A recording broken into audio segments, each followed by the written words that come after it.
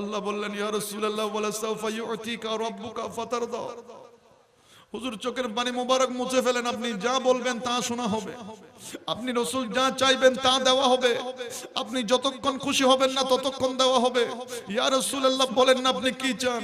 এবার আমার নবী, যুবক ভাই তোমার জন্য আমার জন্য কি বলেছে ওই রহমাতুল লিল আলামিন 1400 বছর আগে দেখো। আউযু বিল্লাহি মিনাশ শাইতানির বিসমিল্লাহির রহমানির ফাবিআইয়ি আলাইহি রাব্বিকুমা তুকাজ্জিবান। বলেন না সুবহানাল্লাহ, আর একটু বড় করে বলেন সুবহানাল্লাহ। আল্লাহ পাক রব্বুল আলামিন কোরআনুল কারীমের মধ্যে ডাক দিয়ে বলছেন, আমার বান্দারা, মা এবং বাবার মাধ্যমে বড় চমৎকার সুন্দর শরীর দিয়ে, মানবের আকৃতি দিয়ে মানুষ বানিয়ে তোমাকে দুনিয়ায় পাঠিয়ে দিলাম। হাত দিলাম আমার পক্ষ থেকে নিয়ামত, জবান দিলাম আমার পক্ষ থেকে নিয়ামত, শরীর দিলাম আমার পক্ষ থেকে নিয়ামত, মা দিলাম আমার পক্ষ থেকে নিয়ামত, বাবা দিলাম আমার পক্ষ থেকে নিয়ামত, আসমান দিলাম আমার পক্ষ থেকে নিয়ামত, জমিন দিলাম আমার পক্ষ থেকে নিয়ামত, ব্যবসা বাণিজ্য, টাকা পয়সা, ধন দৌলত দিলাম আমি আল্লাহর পক্ষ থেকে নিয়ামত, ছেলে মেয়ে দিলাম আমি আল্লাহর পক্ষ থেকে নিয়ামত। ও আমার বান্দারা, তোমার ডানে দেখো আমার নিয়ামত, বাঁয়ে দেখো আমার নিয়ামত, সামনে দেখো আমার নিয়ামত, পিছনে দেখো আমার নিয়ামত। আমার বান্দারা, এবার তুমি বলো তো দেখি, আমি আল্লাহ পাকের কোন কোন নিয়ামতকে তুমি অস্বীকার করবে? সুবহানাল্লাহ। ওনারা ডর করে হনসাই আল্লাহর একখান নিয়ামতের অস্বীকার করিবার ক্ষমতা আছে না? আওয়াজ বড় বড় হইব, আছে না? তোরে হন কদমে কদমে নিয়ামত থাক, আওয়াজ বড় হইব নিয়ামত থাক, কদমে কদমে রহমত কার, কদমে কদমে বরকত কার। আল্লাহ। এবার আমি মনোযোগ দেন, আমি একটা প্রশ্ন করব, আপনারা উত্তর দিবেন। মুআজ্জাজ হাজরিন, এই যে আজকে ফজর বেলা আমরা ঘুম থেকে উঠেছি, কেউ 4:30, 5টা, 6টা, 7টা, 8টা, 9টা কিংবা 10টা, ওই ফজরের 10টা থেকে রাত 10টা, এখন 12 ঘন্টার সময় চলে গেছে। আমি সহ যারা বসেছি, এই 12 ঘন্টার সময়ে কারোর থেকে নিঃশ্বাস নিতে কিংবা ছাড়তে কোনো কষ্ট হয়েছে? আওয়াজ আলাদা বেশিরভাগ কষ্ট হয়। অনারেলে চুপ করে কে বইতে, কারণ মাটি হতা হন না, কেউ তো নিয়েস লইতে কিংবা ছাড়তে হন কষ্ট হই না। এই নিয়েস লইবের ক্ষমতা হনে দিয়ে, সারিবের ক্ষমতা হনে দিয়ে, অক্সিজেনের ব্যবস্থা হনে করে দিয়ে। এবার দেখেন, বাংলাদেশে খুব দামি দামি যে কয়েকটা হাসপাতাল আছে, এখন তো হাসপাতালে গেলে আপনার চিকিৎসা অনেক ব্যয়বহুল। তার মধ্যে 3টা হাসপাতাল আছে খুবই দামি, এভার কেয়ার, অ্যাপোলো, ইউনাইটেড। এই 3টা হাসপাতালে আপনি ডাক্তার দেখানোর জন্য শুধু স্লিপ কাটতে গেলে লাগবে 3000 টাকা। ডাক্তার দেখানোর আসতেছে পরে, এত পাওয়ারফুল, এত পেমেন্ট করে ওইখানে ডাক্তার দেখাতে হয়। এত দামি হাসপাতাল বাংলাদেশে হয়েছে। আপনাকে বলছি শুনেন ও যুবক ভাই, ওই দামি কোন হাসপাতালে যদি কোনো মানুষ মৃত্যুর বিছানায় যে অক্সিজেনটার প্রয়োজন হয়, অটোমেটিক মেশিনে আপনার নিঃশ্বাস টেনে তুলবে, মেশিনে আপনার নিঃশ্বাস নামিয়ে দিবে। এমন পাওয়ারফুল অক্সিজেন যদি ওই দামি হাসপাতাল আপনি নিতে যান, 24 ঘন্টা মানে একদিনে আপনার থেকে কমপক্ষে লাখখানিক টাকা দিয়ে ফেলতে হবে। এখন বলেন, ডেলি 1 লাখ হলে মাসে কয় লাখ? ওয়াকেরা মাতন না, ডেলি 1 লাখ হলে মাসে হলাক। সিটেঙ্গে মানুষ সম্পান লাখ নহাইলে বেশি। হ্যাঁ, না মাতার কবা আছে ডরাবের কি আছে? মাতিলি মাহফিল সুন্দর বুঝা না, এলে চুপচাপও গিয়ে একবারে যাই হোক। ওনারা মাতিলে কিছু হইতে পারছো, মারা তো অভ্যেস নাই, মানুষ না মাতিলে ওয়াজ করিবে কেন? মাইতুন কষ্ট হইলেও মাইতুন। হ্যাঁ, রাজনীতি ছিল, এখান দিত না হইতো, আইনে মহব্বতে কিছু হতা হইবে হইতে। আমি কেন মুআজ্জাজ হাজরিন, ডেলি 1 লাখ হলে মাসে আল্লাহ যদি একবার হয়তো ও বান্দা তোরে নিয়ে আসলে ক্ষমতা দিম, সারিবের ক্ষমতা দিম, অক্সিজেনের ব্যবস্থা করে দিম, ডেলি ডেলি ডেলি ডেলি প্রতিদিন রাত দিন 24 ঘন্টা তুই নিয়ে আসলো বিয়া সারিবি, ব্যাকিনের ব্যবস্থা আমি করে দিম, বিনিময়ে প্রতি মাসে আরে 30 লাখ করে দিবি। আল্লাহ যদি এলে হয়তো, তাহলে আয় সহ যারা বসিয়েন দে অবাধ 1 মাসে 30 লাখ টাকা আল্লাহর দিবের ক্ষমতা আছে না? দাদার দিনে, চাচার দিনে, মার দিনে, নানার দিনে, হালুর দিনে ব্যাকিন বেশি না, হয়তো 2-4 জনে 1 মাস মতো দিতে, দ্বিতীয় মাসও নিয়ে বন্ধ হয়ে যেত। কথা হন ঠিক না বেঠিক? আল্লাহ একবার না হয় ও বান্দা, তুরে নিয়ে আসলেবের ক্ষমতা দিয়ম, সারিবের ক্ষমতা দিয়ম, আয় আল্লাহর পক্ষতুন রিজিক দিয়ম, আয় আল্লাহর পক্ষতুন আডিবের মতো শরীরের শক্তি দিয়ম, আর জমিন চলতে দিয়ম, আর আসমানের নিচে থাকতে দিয়ম, বিনিময়ে আর প্রতি মাসে 30 লাখ করে টিয়া দিবি আল্লাহ না হয় আল্লাহ হদ বন্দা আয় তুতুন টিয়া ন চাই, পয়সা ন চাই, ধন ন চাই, সম্পদ ন চাই, জায়গা ন চাই, জমি ন চাই, আল্লাহ তলি মানে বন্দা তুন কিসন আল্লাহ হদ কোরআনুল কারীম খুলিসা ওয়া মা খালাকতুল জিন্না ওয়াল ইনসা ইল্লা লিয়াবুদুন। ও বন্দা তোরা কান দামি খোয়াল দিদি, এই দামি খোয়াল গান দৈনিক 5 বার আয় আল্লাহর কুদরতের কদম নত করে দিবি, আয় আল্লাহ তুই বন্দা তুন শুধু ইয়েনে সাইদ দি বড় করে হন সুবহান। বলেন তাহলে ইবাদত হবে কার? আওয়াজ আর বড় হবে কার? জিকির হবে কার? গুণগান হবে কার? প্রশংসা হবে কার? আল্লাহ আল্লাহ আল্লাহ ইল্লাহু আল্লাহ।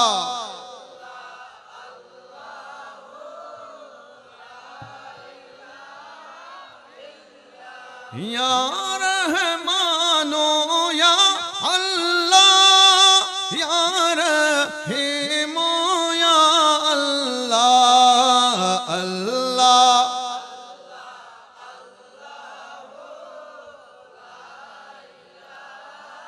ইল্লাহু আল্লাহ।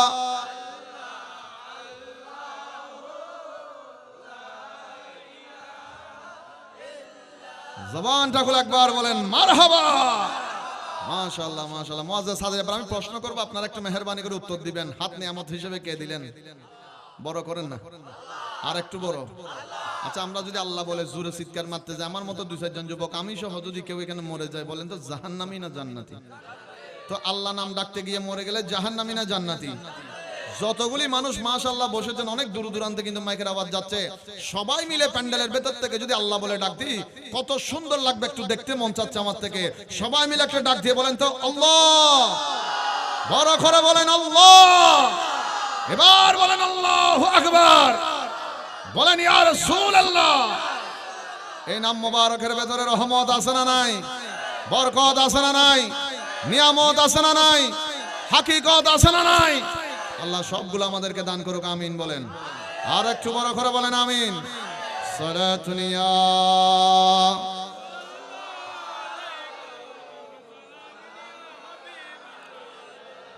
সালাতুন ইয়া রাসূলুল্লাহ আলাইকুম আসসালামুন ইয়া। এবার তাহলে জবানটা গুলো উত্তর দিবেন। হাত নিয়ামত হিসেবে কে দিলেন? জবান নিয়ামত হিসেবে কে দিলেন? শরীর নিয়ামত হিসেবে কে দিলেন? জমিন নিয়ামত হিসেবে কে দিলেন? গাছগাছালি নিয়ামত হিসেবে কে দিলেন? আসমান নিয়ামত হিসেবে কে দিলেন? বৃষ্টি নিয়ামত হিসেবে কে দিলেন? মা বাবা নিয়ামত হিসেবে কে দিলেন? ভাই বোন নিয়ামত হিসেবে কে দিলেন? জায়গা জমি নিয়ামত হিসেবে কে দিলেন? চাকরি বাকরি নিয়ামত হিসেবে কে দিলেন? ছেলে মেয়ে নিয়ামত হিসেবে কে দিলেন? এবার যুবক ভাইদেরকে বলছি, মনোযোগ আকর্ষণ করছি। আল্লাহ যখন আমাকে আপনাকে নিয়ামত হিসেবে হাত দিলেন, আল্লাহ বলেন নাই বান্দা তোমার প্রতি দয়া করেছি, জবান দিয়ে বলেন নাই তোমার প্রতি দয়া করেছি, শরীর দিয়ে বলেন নাই তোমার প্রতি দয়া করেছি, জমিন দিয়ে বলেন নাই তোমার প্রতি দয়া করেছি, আসমান দিয়ে বলেন নাই তোমার প্রতি দয়া করেছি, গাছগাছালি দিয়ে বলেন নাই তোমার প্রতি দয়া করেছি, ছেলে মেয়ে দিয়ে বলেন নাই তোমার প্রতি দয়া করেছি। লা মাকানের খোদা ওই আল্লাহ যখন 12 রবিউল আউয়াল আমার আপনার জানের টুকরা দয়াল নবীজিকে দুনিয়ার জমিনে পাঠিয়ে দিচ্ছেন, তখন আল্লাহ বলছে, ও বান্দারা চোখটা খুলে তাকিয়ে দেখো, আমার দো জাহানের বাদশা নবীকে তোমাদের কাছে পাঠিয়ে দিয়ে আমি আল্লাহ তুমি বান্দার প্রতি বড় দয়া করে দিয়েছি। বড় করে বলেন সুবহান। বলেন ওই রহমাতুল লিল আলামিন নবী পেয়ে আমি আপনি খুশি না নারাজ? আওয়াজটা বড় হবে, খুশি না নারাজ? ডাইন হাত তুলে আল্লাহকে সাক্ষী করে বলেন খুশি না নারাজ? ত্রিভুবন প্রিয় মোহাম্মদ এলো রে দুনিয়া, আয়া এর সাগর বিজোধি, আয়া এর সাগর বেজোদে। সবাই একসাথে একবার, ত্রিভুবন এলো রে দুনি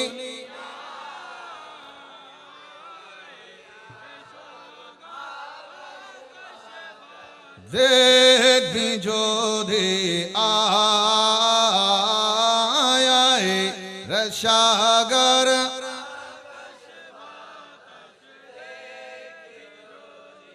মোহাম্মদ একবার বলেন মারহাবা সালাতুনিয়া।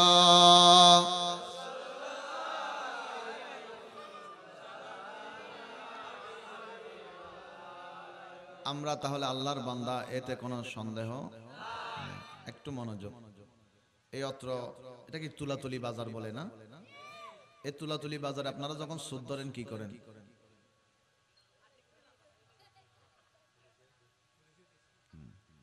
এই দুই একজনে ধরায় মারায় পুলিশরা দেইলে হদ্দেরি, আর বেশিরভাগ যেহেতু চুপচাপ লাভদে ব্যাক কোনে মনে হয় করে জড়ায় মুসলমান দিবা থাবা বাংলা মোটামুটি বাই ফুতুরে ফেলি 2000 কো দেয় না নদে কুলিনা বাঁধি দাঁত ট্যাং ট্যাংতে মুখে কি ওর হতা জিবে কোনোদিন কি ওর ন ভিড়ে বসুর ফেলি 2000 কো হ না হওয়া দেয় না নদে তো উজুর হদ্দে চাচাইলে মাইলে দে তারা জীবন তো কোনোদিন ন ভিড়েও কি ওর আজ ইতারিলে মাইলে দে হদি তারে দেখে হাত হাত সদ্দে কিল্লে মাইলে হত অপরাধী, আজি এ শাস্তি ন দিলে হালি আবার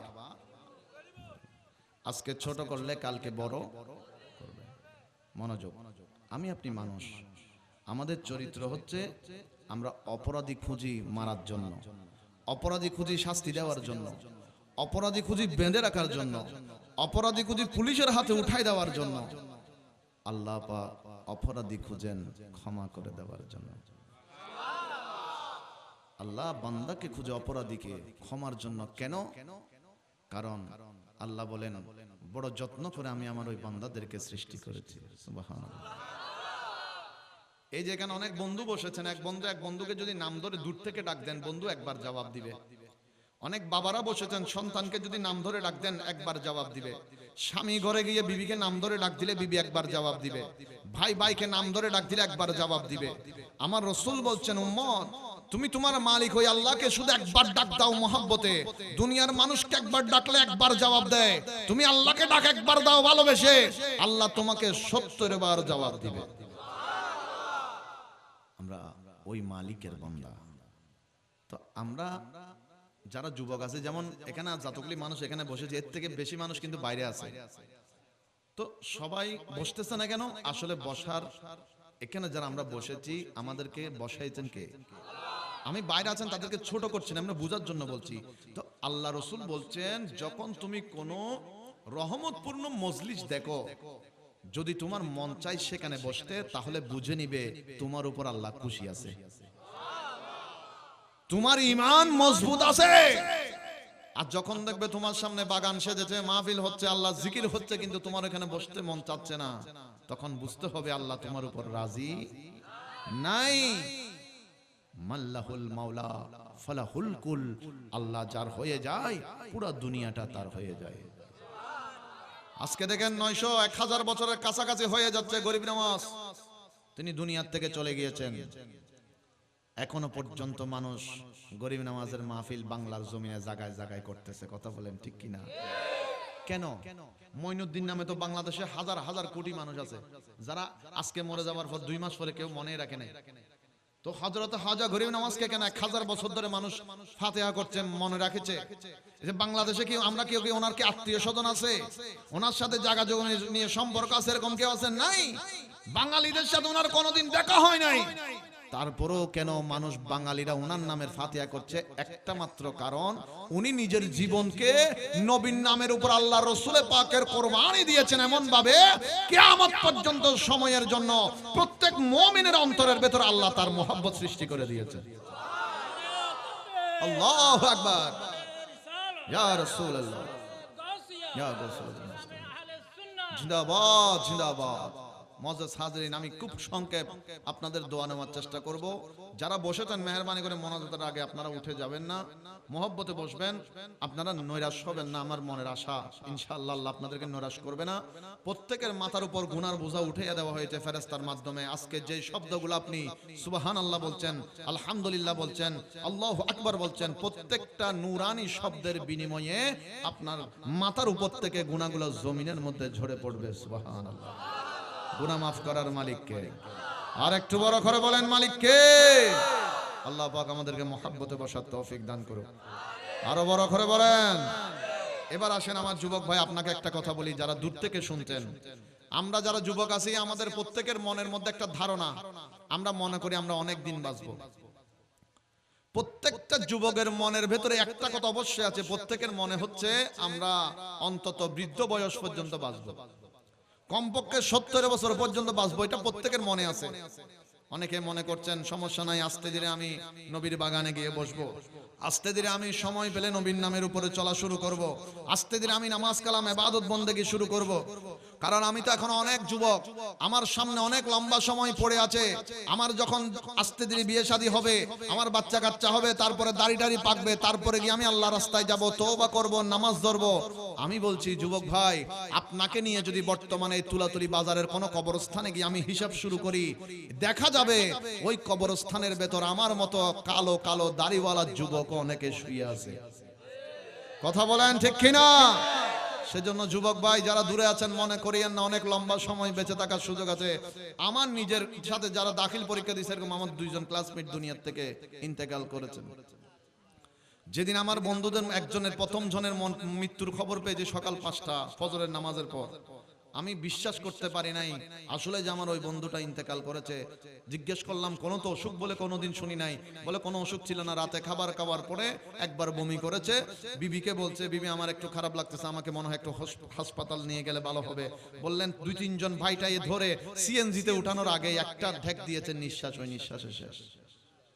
অথচ আমার বন্ধুটা হয়তো এই ইন্তেকালের আধা ঘন্টা আগে যখন ভাত খাচ্ছে তখনও হয়তো মনে করতে পারে নাই যে আজকে তার জন্য জীবনের শেষ রাত। ও যুবক ভাই, সময় অনেক পাবো, কিন্তু এরকম মাহফিলগুলোর নিয়ামতের টাইম, এই মাহফিলগুলোতে বসলে দাম কমে না, বেড়ে যায়। সুবহানাল্লাহ। অনেক মুরব্বী বাবা এখানে বসেছেন, যাদেরকে রাস্তা দিয়ে হেঁটে যেতে দেখলে অনেক মানুষ দাঁড়িয়ে সালাম দেয়, আজকে জমিনে বসে পড়েছে। কেন? আমি যদি প্রশ্ন করি, বাবা আপনার ঘরে তো মাইকের আওয়াজ যাচ্ছে, ঠান্ডার ভেতরে কষ্ট করে নিচে কেন বসে আছেন? ঘরের মধ্যে কম্বল গায়ে দিয়ে আপনি ওয়াইজ তো শুনতে পারতেন। ও যুবক ভাই, আপনার ঘরে তো মাইকের আওয়াজ যায়, কষ্ট করে কেন এখানে বসলেন? যুবক ভাই যে উত্তর দেয়, মুরব্বী বাবা একই কথা, হুজুর আপনাকে খুশি করতে আসি নাই, এলাকাবাসী কমিটিকে খুশি করতে আসি নাই, এখানে এসে ঠান্ডার ভেতরে জমিনে বসে গেছি একমাত্র আল্লাহ এবং রসুলকে খুশি করার জন্য। কথা বলেন ঠিক না বেঠে? আল্লাহ এবং নবী ছাড়া আমাদের কোন উদ্দেশ্য আছে? বড় করে বলেন আছে? আল্লাহ পাক শেষ পর্যন্ত মহব্বতে বসার তৌফিক দান করুক, আমিন বলেন। আর একটু বড় করে বলেন আমিন। সালাতুন ইয়া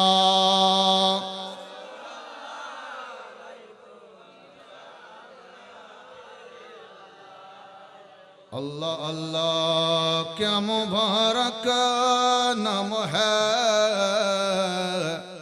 अल्लाह अल्लाह आशिकों का काम है। सलातुन या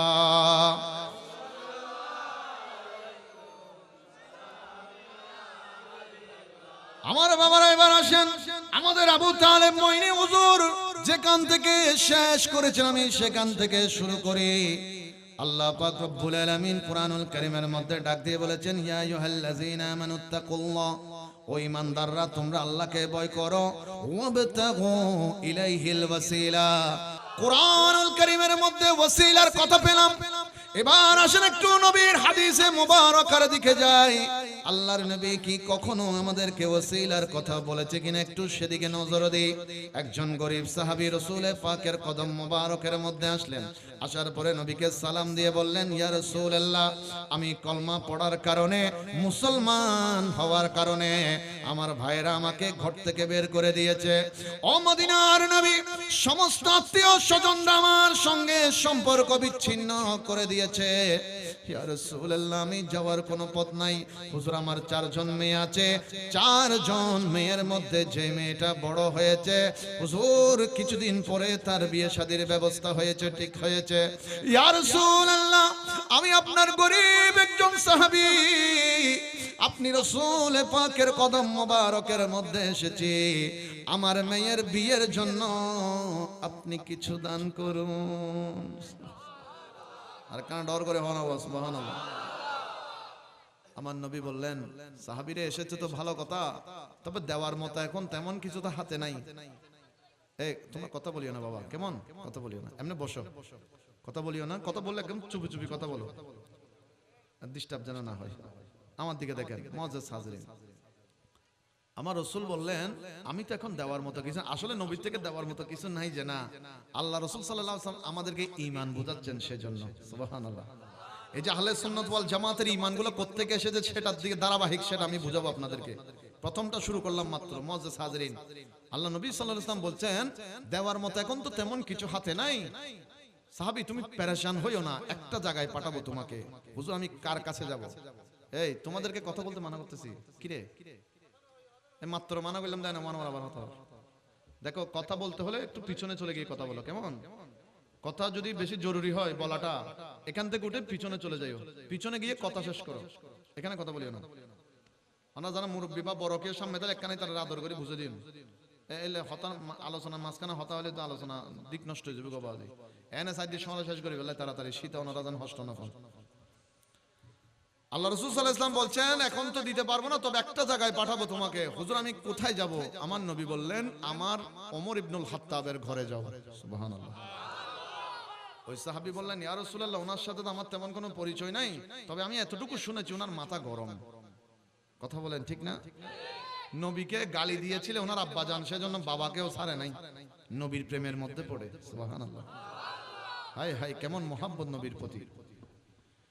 আল্লাহ রাসূল সাল্লাল্লাহু আলাইহি ওয়াসাল্লাম বলছেন তুমি ওমরের ঘরে যাও। হুজুর আমার তো ওমরকে ভয় লাগে, নাম শুনেছি কিন্তু দেখা হয় নাই। আমার নবী বলেন ভয় পাওয়ার দরকার নাই, ওমরের ঘরের দরজায় যাবে, যাওয়ার পরে বলবে হযরত ওমর আল্লাহর ওয়াস্তে আমার মেয়ের বিয়ের জন্য কিছু দান করুন। আর একটু মহব্বতে বলেন সুবহানাল্লাহ। আমার বাবার আল্লাহর নবীর কথা শুনে ওই গরীব সাহাবী ওমরের ঘরের দরজায় গেলেন। হযরত ওমর যখন দরজা খুললেন তিনি সালাম দিলেন। সালাম দেওয়ার পরে তিনি ডাক দিয়ে বললেন হযরত ওমর আল্লাহর ওয়াস্তে আমার মেয়ের বিয়ের জন্য আপনি কিছু দান করুন। হযরত ওমর বললেন ভাই তুমি একটু দাঁড়াও। এই কথা বলে ওমর ভিতরের দিকে চলে গেলেন। ঘরের ভিতরে রুমের ভিতরে ঢুকে সন্দুক আলমারিটা করলেন, কিছু টাকা পয়সা প্যাকেটের মধ্যে নিলেন। হযরত ওমর টাকা নিয়ে প্যাকেট করে ওই সাহাবীর হাতের মধ্যে দিলেন। সাহাবী খুশি হয়ে গেলেন, ঘরের দিকে রওনা করলেন। রাস্তা দিয়ে যাওয়ার সময় মনে মনে চিন্তা করলেন দেখি প্যাকেটটা একটু খুলে দেখি হযরত ওমর আমার মেয়ের বিয়ের জন্য কি দিয়েছেন। এবার প্যাকেটটা যখন খুলেছেন, বাবারে হাদিসে পাকের মধ্যে যদিও কোনো সংখ্যার উল্লেখ নাই, তবে আমি আপনাদেরকে বোঝার জন্য একটা কথা বলি। ধরেন মেয়ের বিয়ের জন্য লাগবে 1 লক্ষ টাকা, কিন্তু হযরতে ওমর দান করেছেন মাত্র 5,000 টাকা। যেখানে লাগবে 1 লক্ষ সেখানে 5,000 দিয়ে কোনো কাজ হবে না। ওই সাহাবীর মনটা খারাপ হয়ে গেল, চোখের কোণার মধ্যে পানি জমে গেল। আর মনে মনে বলতে লাগলেন আমার যে যাওয়ার কোনো জায়গা নাই, আমি নতুন নতুন কলমা পড়েছি, মুসলমান হয়েছি, কারো সঙ্গে আমার যোগাযোগ নাই, সম্পর্ক নাই, আত্মীয় স্বজন সবাই পর করে দিয়েছে। এখন আমি কার কাছে যাই, কার কাছে গেলে আমার টাকার ব্যবস্থা হবে? মনটা খারাপ করে যখন চিন্তিত হয়ে গেলেন, নিজেকে নিজে উত্তর দিচ্ছেন এবার ও আল্লাহর নবীর সাহাবীরে, যার জন্য যাওয়ার কোনো জায়গা নাই তার জন্য একমাত্র জায়গা আমার দয়াল নবীজির কদম মোবারক। আর একটু বড় করে বলেন সুবহানাল্লাহ, বলেন ইয়া রাসূলুল্লাহ। এবার ওই গরীব সাহাবী আমার নবীর দরবারে গেলেন। রাসূল পাকের হুজরা শরীফের দরজাটা বন্ধ ছিল, অপেক্ষায় রইলেন। কিছুক্ষণ পরে রাসূল যখন দরজাটা খুললেন, ওই সাহাবী নবীর দিকে তাকিয়ে 2 চোখের পানিগুলো ছেড়ে দিলেন। আমার রাসূল তো ওই রাসূল যেই নবী কখনো উম্মতের চোখের পানি সহ্য করতে পারে না। কথা বলেন ঠিক কিনা? আল্লাহর নবী যখন সাহাবীর চোখের মধ্যে পানি দেখে আমার মদিনার রাসূল হাত মুবারক সামনের দিকে বাড়িয়ে দিয়ে বললেন ও সাহাবীরে আয় আয় দয়াল নবীর বুক মুবারকের মধ্যে আয়। কে তোকে কষ্ট দিল, আমি রাসূলকে একটু বল। ওই সাহাবী কাছে গেলেন, কেঁদে কেঁদে আমার নবীকে বললেন, ইয়া রাসূলুল্লাহ, বড় আশা নিয়ে ওমরের ঘরের দরজার মধ্যে গিয়েছিলাম, দেখেন হযরত ওমর দিলেন মাত্র অল্প পরিমাণ টাকা। এই টাকা দিয়ে আমার মেয়ের বিয়ে দেওয়া সম্ভব হবে না, তাই আমি অজর নয়নে নবীর দরবারে এসে কাঁদতেছি।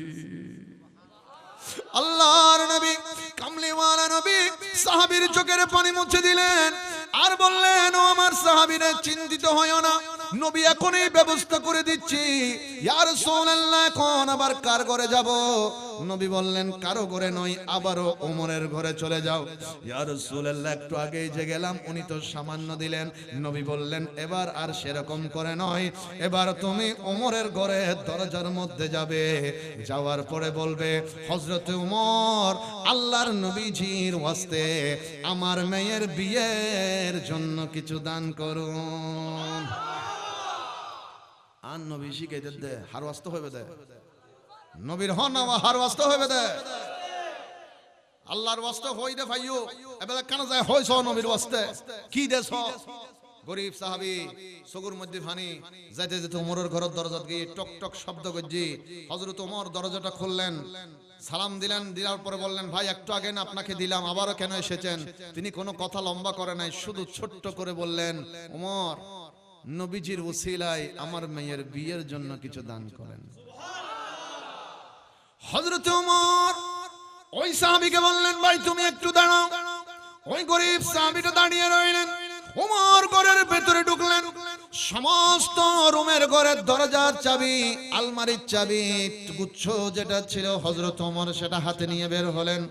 ওই সাহাবীর হাতটা টান দিয়ে নিলেন, হাতের উপরে দিলেন আর বললেন, ভাই আমি ঘরের দরজাগুলো সবগুলো খুলে দিলাম, আমার ঘরে যতগুলো আলমারি আছে, সন্দুক আছে, সবগুলার চাবি তোমার হাতের মধ্যে দিলাম, তোমাকে অনুমতি দিলাম, আমার ঘরের ভেতরে চলে যাও, যত সম্পদ তোমার প্রয়োজন আমার ঘরের ভেতর থেকে তুমি ইচ্ছা মতো নিয়ে যাও। সাহাবী একটু অবাক হলেন, হযরত ওমরকে বললেন, ও হযরত ওমর, একটু আগে আসলাম, আল্লাহর ওয়াস্তে আপনার কাছে চাইলাম, আপনি আমাকে নিজের হাতে আলমারি খুলে সন্দুক খুলে টাকা পয়সা দিলেন, এখন নবীর উসিলায় যখন বললাম একেবারে রুমের ঘরের দরজার চাবি সহ আলমারির চাবি সহ আমাকে মালিকানা দিয়ে দিলেন আর বললেন যত ইচ্ছা নিয়ে যেতে, আমি তো বুঝলাম না।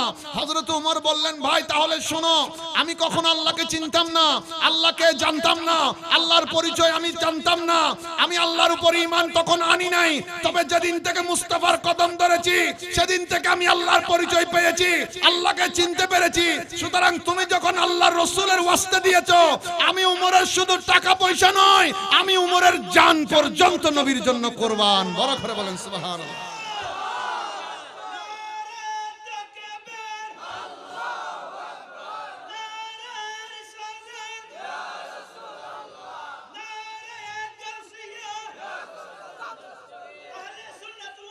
জিন্দাবাদ জিন্দাবাদ। বলেন বলেন, আমাদের অন্তরে নবীর ভালোবাসা আছে না নাই? আওয়াজটা বড় হবে, আছে না নাই? ডাইন হাত তুলে বলেন, আছে না নাই? আমি হৃদয় থেকে নবীজিকে ভালোবেসেছি, আমি হৃদয় থেকে নবীজিকে ভালোবেসেছি, আমরা হৃদয় থেকে নবীজিকে ভালো, আমার হৃদয় মাঝে নবীর নূরের, হৃদয় মাঝে নবীর নূরের আলো জ্বেলেছি, হৃদয় থেকে নবীজিকে ভালোবেসেছি, আমি হৃদয় থেকে নবীজিকে ভালো। এবার 2 মিনিট মনোযোগ চাই, একেবারে মনোযোগ। আজকে যে নবীর জন্য 1 বছর 2 বছর নয়, 7 বছর ধরে এই নবীর বাগানটা আপনারা এলাকাবাসীরা টাকা পয়সা শ্রম মেধা খরচ করে নবীর জন্য বাগানটা সাজালেন। 7 বছর ধরে কি করেছেন ওই নবী? 1400 বছর আগে আপনার জন্য, আপনি যে নবীর জন্য তো পাগল হয়ে গেলেন, কি করেছেন ওই রাসূল? একটা কথা প্রথমে মনে রাখতে হবে, আমি আপনি নবীজিকে যতটুকু ভালোবেসেছি এর থেকে কয়েক হাজার কোটি গুণ ওই রাসূল আমাকে আপনাকে ভালোবেসেছেন। মোহাব্বতের কানটা দিয়ে শুনবেন, সম্ভব হলে এক ফোঁটা চোখের পানি জমিনে ফেলার চেষ্টা করবেন। এই চোখের পানির ওজন পুরা দুনিয়ার থেকে বেশি হবে হাসরের ময়দানে। আমার বাবারা, মাওলাই কায়নাত মাওলা আলী শের খুদা বলছেন, রাসূল পাক সাল্লাল্লাহু তাআলা আলাইহি ওয়াসাল্লাম যেদিন দুনিয়ার থেকে চলে যাচ্ছিলেন, আমার নবী বলেছিলেন, আলী, আমি রাসূলকে যখন মাজার মোবারকের রওজায়ে পাকে শোয়ানো হবে, আমি নবীকে শোয়ানোর আগে বদরের ময়দানে যে চাদরটা আমি নিয়েছিলাম, পেয়েছিলাম গনিমতের মাল হিসেবে, আমি ব্যবহার করতাম বেশি, ওই চাদর মোবারকটা আগে বিছাইয়া দিবে, তারপরে আমি রাসূলকে শোয়াইয়া দিবে। এখন আপনি আমাকে অনেক ভালোবাসেন, আমি যদি আপনাকে আবদার করে বলি, ভাই আমি দুনিয়ার থেকে চলে গেলে শীতকালে আমি যে শালটা পরতাম ওটা একটু আমাকে বিছাইয়া দিও কবরে, আপনি বলবেন, হুজুর এটা তো বিছানোর শরীয়তের কোনো ফয়সালা। তাহলে বোঝা যায় আমার সাথে নবীর সাথে ব্যবধান, কথা বলেন না, ব্যবধান বেশ কম আছে। নবীর জন্য চাদর বিছানো হয়েছে, আমার আপনার জন্য চাদর বিছানোর সুযোগ, সেজন্য নবী হচ্ছে শরীয়তের মালিক। সুবহানাল্লাহ বলেন। এটা কেমন চাদর মোবারক ছিল, যেটা মা আয়েশা সিদ্দিকা মাথার উপর ঘরের মধ্যে কোনো কাজের সময় যদি মাথায় দিতেন, পৃথিবীর অন্য প্রান্তে বৃষ্টি হলে মা আয়েশা সিদ্দিকা সেটা ঘরে বসে বসে দেখতে পারতেন। নবীর চাদর মোবারকের পাওয়ারটা ছিল এমন। দেখেন মাওলা আলী বলছেন, নবীকে চাদরের উপর শোয়ানো হলো, আমি আলী নবীজির রওজা শরীফ থেকে উঠে যাব, এমন মুহূর্তে দেখলাম একটা নবীর রওজা শরীফের ভেতরে রহমতের একটা বাতাস এসেছে। বাতাসটা এমন ভাবে এসেছে, নবীজির কাফন মোবারক মুখ থেকে সরে গড়েছে, অর্থাৎ নবীজির চেহারা মোবারকটা কিছুটা দেখা যাচ্ছে। মাওলায়ে কায়নাত মাওলা আলী বলছেন, আমি নবীর দিকে খেয়াল করে দেখলাম আমার নবীজির মাজার শরীফের ভেতরে, কাফনের ভেতরে ঠোঁট মোবারকগুলো নড়াচড়া করতেছে। মাওলা আলী শরফুদা বলছেন, আমি একটা চিৎকার দিলাম, ও আমার সাহাবী ভাইরা, আমার নবী তো জিন্দা, আমার রাসূল তো জিন্দা, আমার নবীর ঠোঁট মোবারক নড়তেছে। হযরত আব্বাস উপর থেকে ডাক দিয়ে বললেন, আলী একটু শুনে দেখো না, ওই রাসূল কি বলছে, শুনে দেখো। মাওলা আলী বলছেন, আমি কাছে গেলাম, আমার ডান কানটাকে আমি আমার দয়াল নবীজির ঠোঁট মোবারকের সাথে লাগাইয়া দিলাম। ও দুনিয়াবাসী, আমি আলী শুনতে পাচ্ছি আমার নবী রওজা শরীফের ভেতরে, কাফনের ভেতর থেকে নবী ঠোঁট মোবারক নেড়ে নেড়ে বলছে, রব্বি হাবিলি উম্মতি উম্মতি উম্মতি। সুবহানাল্লাহ। আমার নবী এই উম্মতের আশা করছে। আমি আপনি যখন রাত গভীর হয়, আমার আপনার ঘুমটা বাড়ি হয়, আমার আপনার ঘুম যত রাত বেশি হবে ঘুম বাড়ি হবে। রাতের 3টা বাজে আমার আপনার কল আসলে রিসিভ করতে ইচ্ছে করে না ঘুমের কারণে। মা ফাতেমাতুজ জাহরা রাদিয়াল্লাহু তাআলা আনহা বলছেন, ও দুনিয়ার নবীর উম্মতরা শোনো, আমার রাসূল জীবনে কোনোদিন গভীর রাতে ঘুমায় নাই। এই উম্মতের জন্য আমার নবী গভীর রাতে ঘুমায় নাই। আজকে এতগুলি মানুষ একটা রাত নবীর জন্য শুধু কোরবানির জন্য বসে দেন, তাও রাতের কিছুটা অংশ, হয়তো 11টা 11:30টার মধ্যে সব শেষ হয়ে যাবে আলোচনা, মাহফিল, মোনাজাত, কিন্তু আমার নবী রাতের পর রাত এই উম্মতের জন্য না ঘুমিয়ে সেজদার মধ্যে পড়ে চোখের পানি ছেড়ে কেঁদেছেন। মুআজ্জাজ হাজরিন, আমার রাসূল চোখের পানি ছেড়ে গভীর রাতে কাঁদছেন। আল্লাহ ডাক দিলেন, ও যুবক ভাই একটু শুনে যাবেন 2টা মিনিট। আল্লাহ ডাক দিয়ে বলছেন, ইয়া রাসূলুল্লাহ, আপনার চোখের পানি আমি সহ্য করতে পারি না, আপনি মুছে ফেলেন, কেন কাঁদছেন? আমার নবী বললেন, আল্লাহ নিজের জন্য কাঁদি না, ফাতেমার জন্য কাঁদি না, আল্লাহ গভীর রাতে সেজদার মধ্যে পড়ে 2 চোখের পানি ছেড়ে কাঁদতেছি আমার গুনাহগার উম্মত গুলার জন্য। আল্লাহ বললেন, ইয়া রাসূলুল্লাহ, ওয়ালা সাউফা ইউতিকা রাব্বুকা ফাতারদা। হুজুর চোখের পানি মোবারক মুছে ফেলেন, আপনি যা বলবেন তা শোনা হবে, আপনি রাসূল যা চাইবেন তা দেওয়া হবে, আপনি যতক্ষণ খুশি হবেন না ততক্ষণ দেওয়া হবে। ইয়া রাসূলুল্লাহ বলেন না আপনি কি চান? এবার আমার নবী, যুবক ভাই তোমার জন্য আমার জন্য কি বলেছে ওই রহমাতুল লিল আলামিন 1400 বছর আগে দেখো। আমার নবী ডাক দিয়ে বললেন, আল্লাহ পৃথিবীতে অনেক নবী রাসূল এসেছে, ওই নবী রাসূলদের উম্মতরা দিনের বেলা যদি খারাপ কাজ করত তোমার আযাব এসে তাদেরকে ধ্বংস করে দিত, রাতের বেলা যদি যুবকরা খারাপ খারাপ কাজ করত, ফজর বেলা অনেকের উম্মতের কপালের মধ্যে লিখা উঠে যেত। আল্লাহ, আমি রাসূল তো দুনিয়ায় চলে এসেছি, আমার উম্মতরা যুবকরাও তো অনেক গুনাহ করে ফেলবে, ইচ্ছায় অনিচ্ছায় শয়তানের উপর ছনার মধ্যে পড়ে। আল্লাহ, আমার উম্মতগুলার যদি কপালের মধ্যে ফজর বেলা গুনার কথাটা লিখা উঠে যায়, আমার উম্মত তো ঘর থেকে বাইরে যেতে পারবে না, মানুষ দেখলে লজ্জা দিবে, মানুষ দেখলে শরম দিবে। আল্লাহ, উম্মত যদি লজ্জিত হয়, আমি রাসূল তো খুশি হতে পারবো না। আল্লাহ বললেন, ইয়া রাসূলুল্লাহ, বলেন না আপনি কি চান, তা তো দেওয়া হবে। আমার নবী বললেন, আল্লাহ, আমার উম্মত যদিও কোনো গুনার কাজ করে ফেলে ইচ্ছা কিংবা অনিচ্ছায়, কিন্তু আমার উম্মতের কপালের মধ্যে লিখে দেওয়া যাবে না। আমার উম্মতকে তওবা করার সময় দিতে হবে, তওবা করার সুযোগ দিতে হবে। আল্লাহ বললেন, ইয়া রাসূলুল্লাহ, আপনার হাতির আপনার ওই উম্মতগুলোকে তওবা করার সময় দিলাম। আমার নবী বললেন, আল্লাহ কয়দিন সময় পাবে? এবার আল্লাহ ডাক দিয়ে বলছেন, ইয়া রাসূলুল্লাহ, 50, 60, 70, 80, 90, 100 বছর উম্মত হায়াত পেয়েছে, তওবা করে নাই, মৃত্যুর বিছানায় শুয়ে পড়েছে, মালাকুল মউত আজরাইল আসার টাইম হয়ে গেছে। ওই মুহূর্তেও যদি আপনার ওই গুনাহগার উম্মতটা একটাবার মৃত্যুর বিছানায় শুয়ে শুয়ে ডাক দিয়ে বলে, আল্লাহ, আমি তোমার আখেরি নবীর উম্মত, ক্ষমা করে দাও, মাফ করে দাও নবীর উসিলায়। আল্লাহ বলছে, ইয়া রাসূলুল্লাহ, ওই মৃত্যুর বিছানায়ও আমি আল্লাহ আপনার গুনাহগার উম্মতটাকে মাফ করে দিব। সুবহান।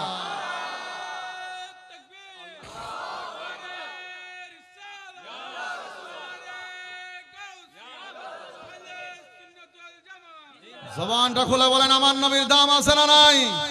আরো বড় হবে আওয়াজ, আছে না নাই? বাড়িয়ে দিয়েছেন কে? এবার মনোযোগ দেন, একটা মিনিট। যুবক ভাই, আমিও একজন যুবক, আপনারাও যুবক। আমরা প্রত্যেকজন যুবকের কমপক্ষে 5 থেকে 10 জন করে বন্ধু আছে। আমরা বন্ধুত্ব ছাড়া দুনিয়ায় চলতে পারি না, এটা হচ্ছে দুনিয়ারই একটা নিয়মের মধ্যে পড়ে। আমরা নিজের এলাকায়ও বন্ধুত্বের একটা সার্কেল থাকে 5-10 জনের, আবার এলাকার বাইরেও অনেক এরকম বন্ধু থাকে। 5 জন বন্ধুর মধ্যে যদি এক বন্ধু মারা যায়, একটু মনোযোগ দিবেন। আমরা বন্ধুত্বটা করি কেমন? আমরা বন্ধু ছাড়া চলতে পারি না, বন্ধু ছাড়া খেলতে যেতে পারি না। ফুটবল খেলতে গেলেও বন্ধু নিয়ে যাই, ক্রিকেট খেলতে গেলেও বন্ধু নিয়ে যাই, আমরা বান্দরবন বেড়াতে গেলেও বন্ধু নিয়ে যাই, কক্সবাজার গেলেও বন্ধু নিয়ে যাই, মোটরসাইকেল নিয়ে ঘুরতে গেলেও বন্ধু নিয়ে যাই। এটা দুনিয়ার একটা নিয়মের মধ্যে পড়ে। যারা মুরব্বী হয়েছেন ওনারাও একসময় যুবক অবস্থা অনেক বন্ধু ছিল, হয়তো সময়ের তারতম্যের কারণে, হায়াত না থাকার কারণে অনেকে চলে গিয়েছেন। আমরা যারা যুবক বসেছি, আমাদেরও 5 থেকে 10 জন করে বন্ধু আছে। 5 বন্ধুর ভেতর যদি এক বন্ধু দুনিয়া থেকে চলে যায়, বাকি 4 জনকে যদি কোনো একজন মুরব্বী ডাক দিয়ে বলে, ও বাবারা, তোমার এই বন্ধু ছাড়া কখনো বেড়াতে যাও নাই, এই বন্ধু ছাড়া শপিং করতে যাও নাই, এই বন্ধু ছাড়া তুমি সিলেট যাও নাই, কক্সবাজার যাও নাই, রাঙ্গামাটি যাও নাই, বান্দরবন যাও নাই, আজকে 4-5 জনের মধ্যে তো একজন চলে গেছে, বাকি যে 4 জন আছো এখান থেকে একজন চলে যাও না, ওই বন্ধুর সাথে কবরে চলে যাও। ওই বন্ধুরা বলবেন, না না চাচা, এটা দুনিয়ার নিয়ম হতে পারে না। দুনিয়ার নিয়ম হচ্ছে আমরা যে 4 জন বেঁচে আছি, আমরা যত্ন করে আমার বন্ধুটাকে কবরে শোয়া দিব, সর্বোচ্চ তার জন্য আল্লাহর দরবারে মাগফিরাতের দোয়া করে দিব। বন্ধুত্বটা এতটুকুর মধ্যে সীমাবদ্ধ। কবরের উপরে চলে বন্ধুত্ব, কবরের ভেতরে কোনো বন্ধুত্ব চলে না। কোনো বন্ধুর সাথে কবরে যায় না। ও যুবক ভাই, যারা এসেছেন, দাঁড়িয়েছেন, বসেছেন, আপনাদেরকে বলছি, দুনিয়ার কোন বন্ধু কবরে যাবে না। তবে আজকে এখানে এসে যদি একটাবার বন্ধুত্বটা সোনার মদিনার ওয়ালার সাথে হয়ে যায়, দয়াল নবীর সাথে হয়ে যায়, দুনিয়ার কোন বন্ধু কবরে আসবে না। আমার নবী আপন হয়ে কবরে এসে যাবে। বড় করে বলেন সুবহান। নবীকে কবরে আমাদের দরকার আছে না নাই? জবানটা খুলে বলেন, আছে না নাই? ডান হাত তুলে বলেন, আছে না নাই? আমি যাব কবরেতে, কেউ তো যাবে না, 2-3 দিন কাঁদার পড়ে মনে রাখবে না, ঠিক কিনা? আমি যাব কবরেতে, কেউ তো যাবে না, 2-3 দিন কাঁদার পড়ে মনে রাখবে না। উম্মতের দরদি নবী, উম্মতের দরদি নবী আছেন কান্দিতে, মোদের জন্য কান্দেন নবী ওই মদিনাতে, মোদের জন্য কান্দেন নবী। দিন রাত কাঁদি শুধু নবীকে পেতে, সবাই দিন রাত কাঁদি শুধু নবীকে পেতে, মোদের জন্য কান্দেন নবী ওই মদিনাতে, মোদের জন্য কান্দেন। জবানটা খুলে সবাই মিলে একবার বলেন মারহাবা, মাশাআল্লাহ, সালাতুন ইয়া।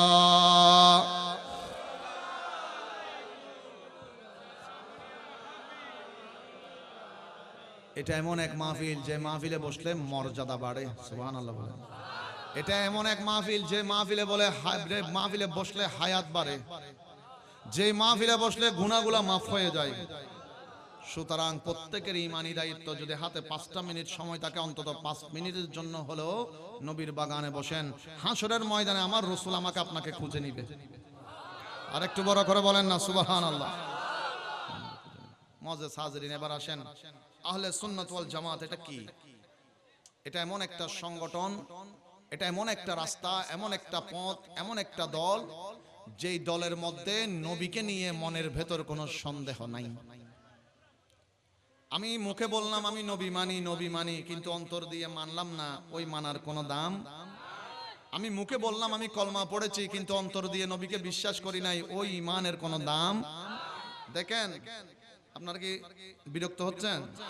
একটু কথা কম বলে আমার দিকে দেখেন। হুজুরে কেন সুন্দর হমদের আওয়াজ কেন? সমস্যা নাই, আরা দেরি করতেন না। আবু জাহেল আবুল আহাব যখন দেখলো মুসলমানদের সংখ্যা দিন দিন বেড়ে যাচ্ছে, তারা একটা দারুন নাদওয়াত একটা বৈঠক দিল, কিভাবে এই নবীকে দমানো যায়, না হলে তো আমাদের ধর্ম শেষ। মুসলমান হতে হতে অনেক বেড়ে গেছে, এখনই শেষ করতে হবে নবীকে, না হলে মুসলমানই সব কি হয়ে যাবে, ধর্ম সবগুলা মুসলমান তারা অন্তর্ভুক্ত করবে না, প্রত্যেক ধর্মের মানুষ কলমা পড়ে মুসলমান হয়ে যাবে। তো তারা একটা মিটিং করেছে, পরামর্শ সভা, কিভাবে করলে নবীকে শেষ করা যায়। ওই বৈঠকের মধ্যে ইবলিস শয়তান এসেছে। ইবলিস শয়তান এসে বৈঠকের মধ্যে একটা ঘোষণা দিল যে তোমরা নবীকে ইচ্ছাকৃতভাবে যেরকম সেরকম করে শেষ করতে পারবে না। নবীকে যদি শেষ করতে চাও একটা কাজ করতে হবে, কি বলে, একজন মানুষকে টাকা দিয়ে ভাড়া করতে হবে, যিনি নবীর সামনে গিয়ে মুখে কলমা পড়ার ভান করবে, অন্তর দিয়ে কিন্তু পড়বে না। মুখে বলবে যে আমি কলমা পড়েছি, অন্তরে বলবে যে কলমা পড়িনি। ঈমান অন্তর দিয়ে আনবে না, মুখে মুখে আনবে, আর নবীর সাথে সাথে থাকবে। থাকার পরে যখন আস্তে আস্তে সুযোগ পাবে, কোন একদিন নবীকে কতল করে দিবে। বড় করে বলেন নাউজুবিল্লাহ। এবার আপনারা একবার বলবেন নবীকে হেফাজতের মালিককে, আওয়াজটা বড় হবে, মালিককে। এবার তার একজন মানুষ ঠিক করেছে, নাম হচ্ছে ফুদালা। ফুদালা নামে একজন মানুষকে ঠিক করেছে। কিসের বিনিময়ে? ওনারা বুঝিলে কেন মাতন না? ইবে তো বোঝনে নসিনা ন হ্যাঁ নসিনা আর মিকে ওয়া সাইট টক নইলে বেশি ভালো হবো। আয় আসলে লভ্যেস নাই দিয়া বাজি ওনারা শুরুতুন বারবার হদ্দি ওনার নবুজদের গুণ হতা কিন আয় হদ্দি আতুন নফারিলে মানুষ হতা হইলে আর আলোচনা বাঁধাই ওনারার কেউ জরুরি হতা তাইলে দূরে যায় হতা হবে। আমি মানা নগরী তাই ফুয়াজিন হতা ইনরো হদ্দিন না ফিসে যায় হতা হওয়ার সমস্যা নেই। ওনারা সাইট টক নগরজন কেউ মেহরবানি আরা যাতে দ্রুত গতিতে শেষ করে পারি। শীত ফরের মানুষ ষষ্ঠবার মুআজ্জাজ হাজিরিন এ বারবার বাঁধাই নাই, বারবার আইর পরিবেশ ঠিক গরম পরিবেশ। নাম দিলাম তো মানুষ ঠিক গজিবের নাম ফুদালা।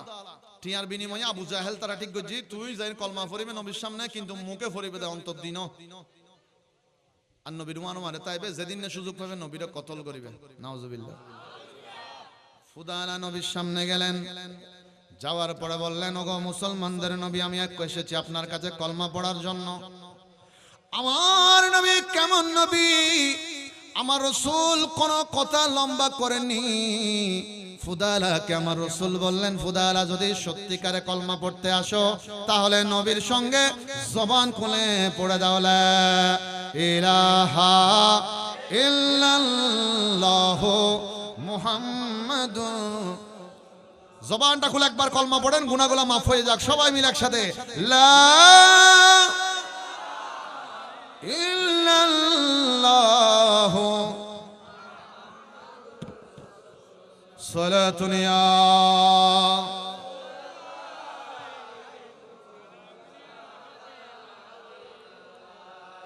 দেখেন আমার বাবারা, ফুদালা মনে মনে বলতেছেন ইনি আবার কেমন নবী, আমার মনের খবর তো উনি জানলো না। আমি তো আসলে কলমা পড়তে আসিনি, আমি তো আসলে এমনি অভিনয় করতে এসেছি। আসলে আপনারা বলেন আমার নবী ফুদালার মনের খবর জানে কি জানে না? আওয়াজ দিয়ে বলেন জানে কি জানে না? জানিয়ে দেওয়ার মালিক আল্লাহর নবী ফুদালাকে বললেন, ওগো ফুদালা, তুমি তো কলমা পড়েছো, আল্লাহর নবীর মনটা চায় আজকে একটু হানায়ে কাবা আল্লাহর ঘরটাকে একটু তাওয়াফ করব। জান্নাতের যত ফেরেশতা আছে সবাই ওনার পিছনে। উনি অবাক হয়ে গেলেন, আল্লাহ সমস্ত ফেরেশতা আমার পিছনে কেন? আল্লাহ বললেন, আদম আলাইহিস সালাম, তোমার পিঠের মধ্যে আমার রাসূল পাকের নূর মুবারক আমানত রেখেছি, সেই জন্য ফেরেশতারা তোমাকে দেখছে না, তোমার পিঠের মধ্যে রাসূল পাকের নূর মুবারকের জিয়ারত করতেছে। আদম আলাইহিস সালাম বললেন, আল্লাহ এত দামি নূর মুবারক তো আমার পিছনে দিলে আমার থেকে তো দেখতে সুন্দর মনে হচ্ছে না, নবীর নূর মুবারক পিছনে কেন থাকবে, আপনি সামনে এনে দেন। এই কথা বলতে দেরি এবার হযরত আদম আলাইহিস সালামের কপালের মধ্যে নবীজির নূর মুবারক চমকে উঠেছে। সুবহানাল্লাহ। সমস্ত ফেরেশতারা পিছন থেকে সামনে এসে দাঁড়িয়ে গেলেন, নবীর নূরে পাকের জিয়ারত করছেন, নবীর নূর মুবারক দেখছেন। আদম আলাইহিস সালাম বললেন, আল্লাহ ফেরেশতারা কত খুশনসিব, তোমার নবীর নূরে পাক দেখতেছে, তোমার নবীর নূর মুবারক ফেরেশতারা দেখতেছে, তাদের কত খুশনসিব। তবে আল্লাহ কপালে তো মানুষ চোখ দিয়ে দেখতে পারে না, তো আমি আদমের তো মনটা চাচ্ছে একটু তোমার নবীর নূরে পাকের জিয়ারত করতে। আল্লাহ আমাকে একটু দেখাও না তোমার নবীর নূর মুবারকটা, আমি একটু দেখতে চাই, আমার চোখের মধ্যে শীতল অনুভব করতে চাই, নবীর নূরে পাকের জিয়ারত করতে চাই। আল্লাহ বললেন, আদম তোমার হাত বাড়াইয়া দাও। আদম হাত বাড়াইয়া দিলেন, ওনার দুই বৃদ্ধাঙ্গুলের মধ্যে রাসূল পাকের নূর মুবারক কপাল থেকে যখন চমকে উঠেছে, সঙ্গে সঙ্গে তিনি কুররাতু আইনে বিকা সাদ্দাকতা ইয়া রাসূলুল্লাহ বলে চুমু খেয়ে ফেলেছেন। বড় করে বলেন সুবহান। এটা চুমুটা দুনিয়ার মানুষে দেওয়ার আগে হযরত আদম আলাইহিস সালাম জান্নাতে দিয়েছেন। এটা কোন দুনিয়ার সাধারণ মানুষের সুন্নত নয়, বাবা আদমের সুন্নত। নবীর নাম শুনলে মাত্র দিবেন, আল্লাহর কসম আপনার চোখে অসুখ হবে না। আপনি যদি দেওয়ার মতো দিতে জানেন চোখে অসুখ। আমি শরীয়তপুরে একটা মাহফিলে গেছিলাম, এটা আমি জ্বলন্ত প্রমাণ নিজেকে নিজে পেয়েছি, এজন্য যুবক ভাইকে বলছি বুঝার জন্য। আজকে থেকে 2-3 বছর আমি শরীয়তপুর একটা মাহফিলে গেছিলাম, তো যাই হোক আসার সময় ওখানে লঞ্চে করে যেতে হয়েছে, আবার মোটরসাইকেলে অনেক চড়তে হয়েছে। আমি মোটরসাইকেলে করে ফেরিঘাট পর্যন্ত আসতে গিয়ে আমার চোখে এত বেশি বালু ঢুকেছে, আমি আর চোখ কোনো রকম মানে ঠিক করতে পারছি না, আমার চোখে অনেক যন্ত্রণা শুরু হয়েছে। তখন দিচ্ছিল মাগরিবের আজান, আমরা লঞ্চ উঠতেছি, মাগরিবের আজান দিচ্ছে। আমি বলতেছি কিতাবের মতো তো অনেক পড়েছি নবীর চুমু খাওয়ার শান ও আজমত নিয়ে, আজকে দেখি একবার পরীক্ষা করে দেখি। আল্লাহর কসম আমি আল্লাহকে সাক্ষী করে বলতেছি, আল্লাহ পাক রব্বুল আলামিনের মাহবুব নবীর নাম মোবারক যখন মুয়াজ্জিন হুজুর আশহাদু আন্না মুহাম্মাদুর রাসূলুল্লাহ বললেন, আমি সঙ্গে সঙ্গে কুররাতু আইনে বিকা ইয়া রাসূলুল্লাহ সাদ্দাকতা ইয়া রাসূলুল্লাহ বলে আমি চোখের যন্ত্রণা যেন চলে যায় এই নিয়তে এইভাবে করে চোখটাকে 2 বার করে 4 বার ঘষে দিলাম। কিছুক্ষণ পরে দেখলাম আমার চোখের সমস্ত যন্ত্রণা শেষ হয়ে গেছে। এটা আপনি পরীক্ষা করতে পারেন, কোনো আপত্তি নাই, এগুলো ঈমানি বিষয়। তাহলে আমরা প্রথম পেলাম জান্নাতের মধ্যে রাসূল পাকের চুমু, দ্বিতীয় নম্বরে দুনিয়ার জমিনে এসে সর্বপ্রথম এই চুমু সুন্নত আদায় করেছেন হযরতে সিদ্দিক আকবর। উনি কোন আবু বকর যার শানে রাসূল বলেছেন আফজালুন নাস বা'দাল আনবিয়া, নবীদের পরে পৃথিবীতে যার জায়গা রাসূল করে দিয়েছেন তিনি আবু বকর সিদ্দিক। কেমন ভালোবাসতেন নবীকে জানেন? ওনাদের আকীদাগুলো নিতে হবে। এই যে আহলে সুন্নাত ওয়াল জামাতের আকীদা হচ্ছে সাহাবায়ে কেরামের আকীদা। সাহাবায়ে কেরাম নবীকে কি মরা মেনেছেন না জিন্দা মেনেছেন? এটা কোনো উদাহরণ দিব না, শুধু বোঝার জন্য এই হাদিসটা বলে আপনাদেরকে বুঝাই দিব। সিদ্দিক আকবর যখন দুনিয়া থেকে চলে যাচ্ছেন, তিনি মাওলা আলী শরীফুদাকে ডাকলেন, আলী আমি যখন দুনিয়া থেকে চলে যাব আমার দেহ আমার লাশটাকে রাসূল পাকের নূরানি মাজার মোবারকের বাইরে দরজার বাইরে রাখবে, আর নবীকে বলবে ইয়া রাসূলুল্লাহ আপনার হিজরতের সাথী আপনার অনুমতির জন্য অপেক্ষা করছে। আলী এটা তুমিই বলবে, যদি নবী কোনো জবাব দিয়ে আমাকে ডাকে তাহলে আমাকে নবীর পাশে দাফন করবে, না হলে জান্নাতুল বাকিতে দাফন করবে। তাহলে এই কথা দ্বারা একটা জিনিসে বোঝা যায় সিদ্দিক আকবরের আকীদা হচ্ছে আমার নবী জিন্দা, আমার নবী জিন্দা, সেজন্য নবী মাজার মুবারকের ভিতর থেকে সিদ্দিক আকবরকে ডাকার ক্ষমতা আছে, সেজন্য তিনি ওসিয়ত করে গেছেন আমার জন্য অনুমতি নবীর কাছে চাইবে। সিদ্দিক আকবরের লাশ রেখে এবার বলা হলো, ইয়া রাসূলুল্লাহ, আপনার বন্ধু আবু বকর সিদ্দিক গুহার সাথে এসেছে, অনুমতি চাচ্ছে। আমার নবী রওজা শরীফের ভিতর থেকে ডাক দিয়ে বলছে, ও আলী, বন্ধুকে বন্ধুর পাশে শোয়াইয়া দাও। বড় করে বলেন সুবহান।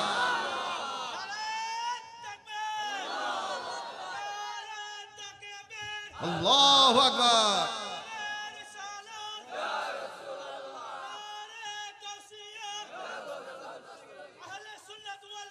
জিন্দাবাদ জিন্দাবাদ। এবার জবান খুলে আপনার বিশ্বাসের কথা বলেন, নবী মরা না জিন্দা? আরে বাবা, আওয়াজ বড় হবে যুবক ভাই, মরা না জিন্দা? আমার নবীকে জিন্দা রাখার মালিক কে?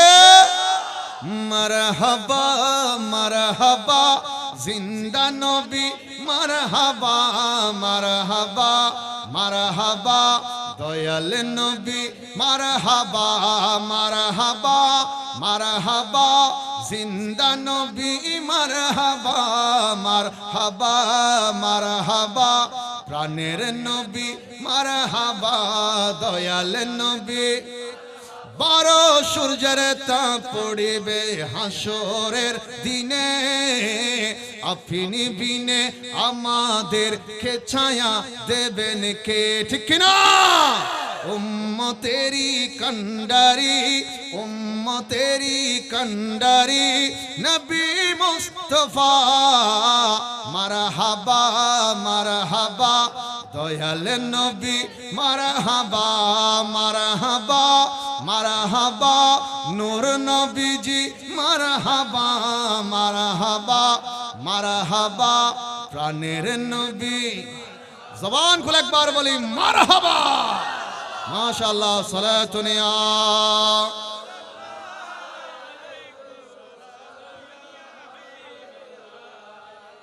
আর গরির মধ্যে 11টা 5 আর 25 মিনিট আলোচনা করলে ওনারা কষ্ট হবে না? 25 মিনিট অনুমতি আছে না? আর সময় হলেন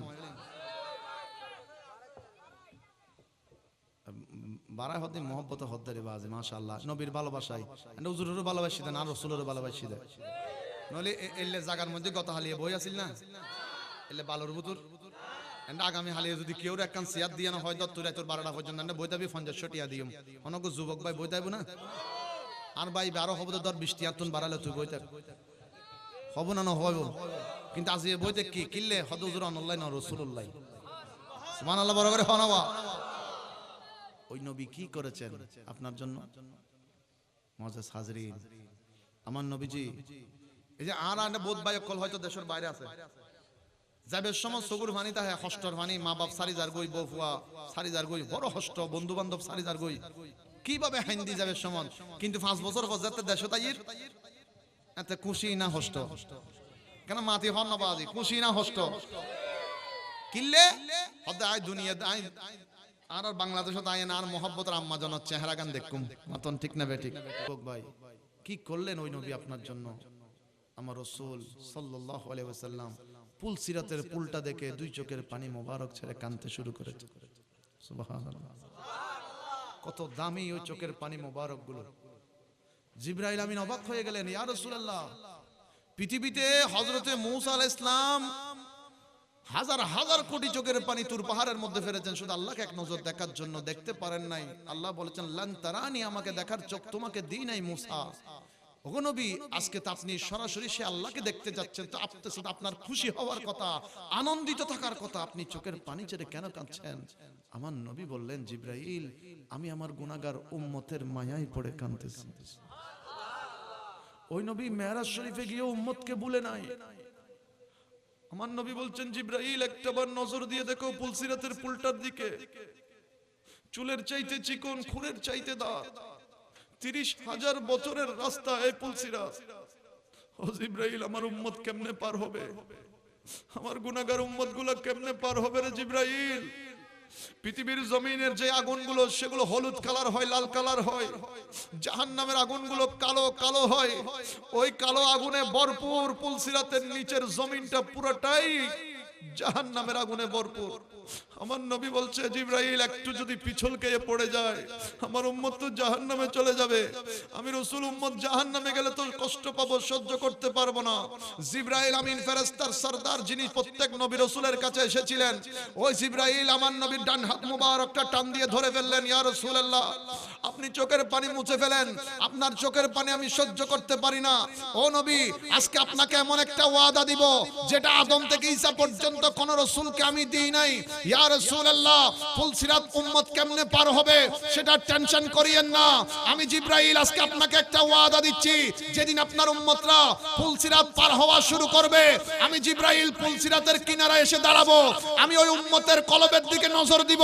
যদি দেখি তার কলবের ভেতর আপনি রাসূলের ভালোবাসা আছে, আপনার প্রতি প্রেম আছে, আপনার প্রতি আদব আছে, আপনার প্রতি মহব্বত আছে, হুজুর আল্লাহ যে আমাকে 600 নূরের ডানা দিয়েছে, প্রত্যেকটা ডানা আমি ফুলসিরাতের কিনারায় বিছাইয়া দিব। আপনার ওই প্রেমিকরা, আপনার ওই আশিকরা আমার ডানার উপর বর করে করে ফুলসিরাত পার হয়ে যাবে। সুবহানাল্লাহ। মুআজ্জাজ হাজরিন, জায়গায় জায়গায় আমার নবী উম্মতের জন্য ব্যবস্থা করে রেখেছেন। তাহলে ফুলসিরাত যদি জিবরাইল আলাইহিস সালামের ডানার উপর ভর করে পার হতে কেউ চায়, শর্ত হচ্ছে একটা, নবীকে ভালোবাসতে হবে।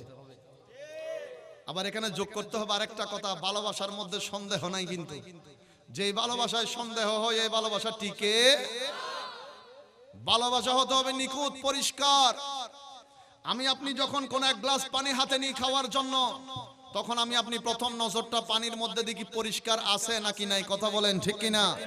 2 নম্বরে আমরা খাওয়ার সময় একটু শুকে দেখি পানির গন্ধ ঠিক আছে না নাই, কথা বলেন ঠিক কিনা। মুআজ্জাজ হাজরিন, পানি পান করার সময় যেরকম পিওর চিন্তা করি, পরিষ্কার চিন্তা করি, দুর্গন্ধ মুক্ত চিন্তা করি, নবীর বেলায়ও ঈমানটা শিখছে এরকম পরিষ্কার হতে হবে। নবীকে নিয়ে কোনো সন্দেহ করা যাবে। আহলে সুন্নাত ওয়াল জামাতের আকীদা হচ্ছে আমার নবীকে নিয়ে কারো মধ্যে কোনো সন্দেহ থাকার কোনো সুযোগ। এবার আসেন আমি আরো সহজে বুঝাইয়া দিই। যুবক ভাইরা, খুব দামি একটা কথা বলতে যাচ্ছি, গভীর মনোযোগ। বলেন, আমরা আল্লাহর বান্দা, কোনো সন্দেহ? আল্লাহকে নিয়ে আমাদের বিশ্বাস আছে না নাই? কেমন বিশ্বাস? ইন্নাল্লাহা আলা কুল্লি শাইইন কাদির। আল্লাহ পাক চাইলে মা বোনরা যে কাঁথা ছিলায় একটা সুইচ দিয়ে, সুইচের পিছনে একটা ছোট্ট ছিদ্র আছে, এই ছোট্ট ছিদ্র দিয়ে দেখি আপনার ঈমানের কথা বলেন, আল্লাহর উপর আপনার বিশ্বাসের কথা বলেন। আল্লাহ চাইলে পুরো দুনিয়াটাকে ওই ছিদ্র দিয়ে ঢুকিয়ে বের করতে পারে কি পারে না? ক্ষমতা আছে না নাই?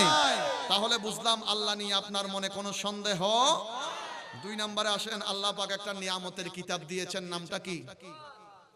আল কোরআন। বলেন সবাই সবাই, আরে বাবা সবাই বলেন না। এমন এক কিতাব, যে কিতাব সম্পর্কে আল্লাহ নিজে বলছেন যালিকাল কিতাবু লা রাইবা ফীহি হুদাল লিল। ও বান্দা, এমন একটা কিতাব দিয়েছি, পৃথিবীতে ছোট্ট 2 পৃষ্ঠার কোনো বই কেউ লিখলে পিছনের পৃষ্ঠায় লিখে দেয়, ভুল ত্রুটি হলে ক্ষমা সুন্দর দৃষ্টিতে দেখবেন। আল্লাহ বলছে এমন এক কিতাব তোমাদের জন্য পাঠিয়েছি, যে কিতাবের ভেতরে কোনো ভুল। 1400 বছর পার হয়ে গেছে, ভুল দেখানোর ক্ষমতা কারো। গতকালকে আমি একটা ভিডিও দেখতে দেখতে বিষয়ভিত্তিক কিছু আলোচনার জন্য ভিডিও দেখছিলাম, হঠাৎ দেখলাম একটা লন্ডনের একজন ডাক্তারের, নামটা আসলে খ্রিস্টান নাম, তো আমি কঠিন নাম ভুলে গেছি, লিখে রাখি নাই। তো ওই খ্রিস্টানটা কোরআনের ভুল ধরতে গিয়ে কেমনে কেমনে আল্লাহর এমন রহমত হয়েছে, তিনি নিজে মুসলমান হয়ে গেছে। এসেছিলেন কোরআনের ভুল ধরতে, কোরআন নিয়ে গবেষণা করতে করতে আল্লাহ তাকদীর এমন পাল্টাইয়ে দিয়েছেন যে ঈমান নসিব হয়ে গেছে। সুবহানাল্লাহ। তো নিয়ামতের কিতাবের নামটা কি? বড় করে বলেন, নামটা কি? কিতাব কার?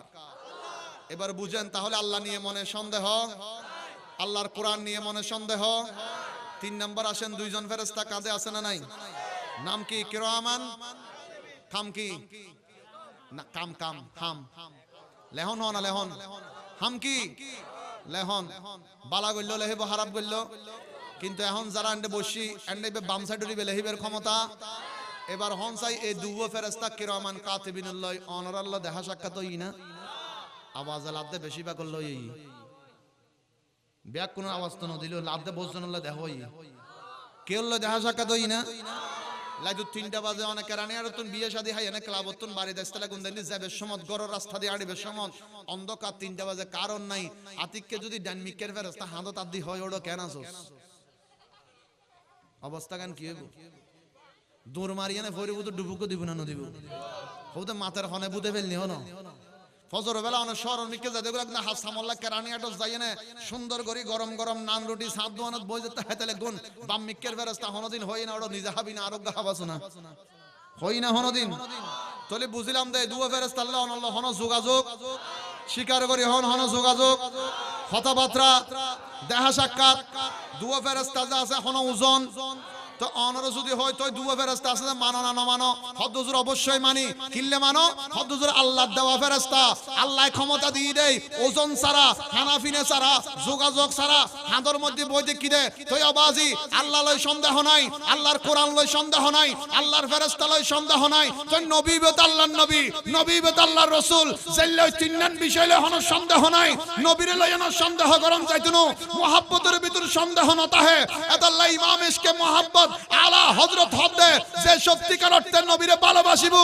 তার জবানে হইবু দে তু জিন্দা হে আল্লাহ তু জিন্দা হে আল্লাহ মেরে চশমে আলম সে চুপ জানে वाले বরাবরি হন সুবহান মুআজ্জাজ হাজরিন এতাল্লাহ নবীরে লইনা হন সন্দেহ করিবে সুযোগ জেন্ডা সন্দেহ তাই বন্ডে ঈমান নাই সন্দেহের ভিতরে ঈমান শেষ আতাল্লাহ নবীর বেলা ফোন যাইতো নবী আর মতো নবী বাইয়ের মতো নবী সাসার মতো নবী জেডার মতো না না না হন সুযোগ আল্লাহ ন দে নবী হলদি শুধু ওই নবীর ইবেন নিজুর মতো আর নবীর মতোই নবীর মতো আর কেউ আতাল্লাহ আছে কে বড় সুন্দর করে হবে जिसका कोई सानी नहीं जिसका कोई सानी नहीं वो नबी हमारा है मुस्तफा की अज़मत का हद है ना किनारा है सलातुनिया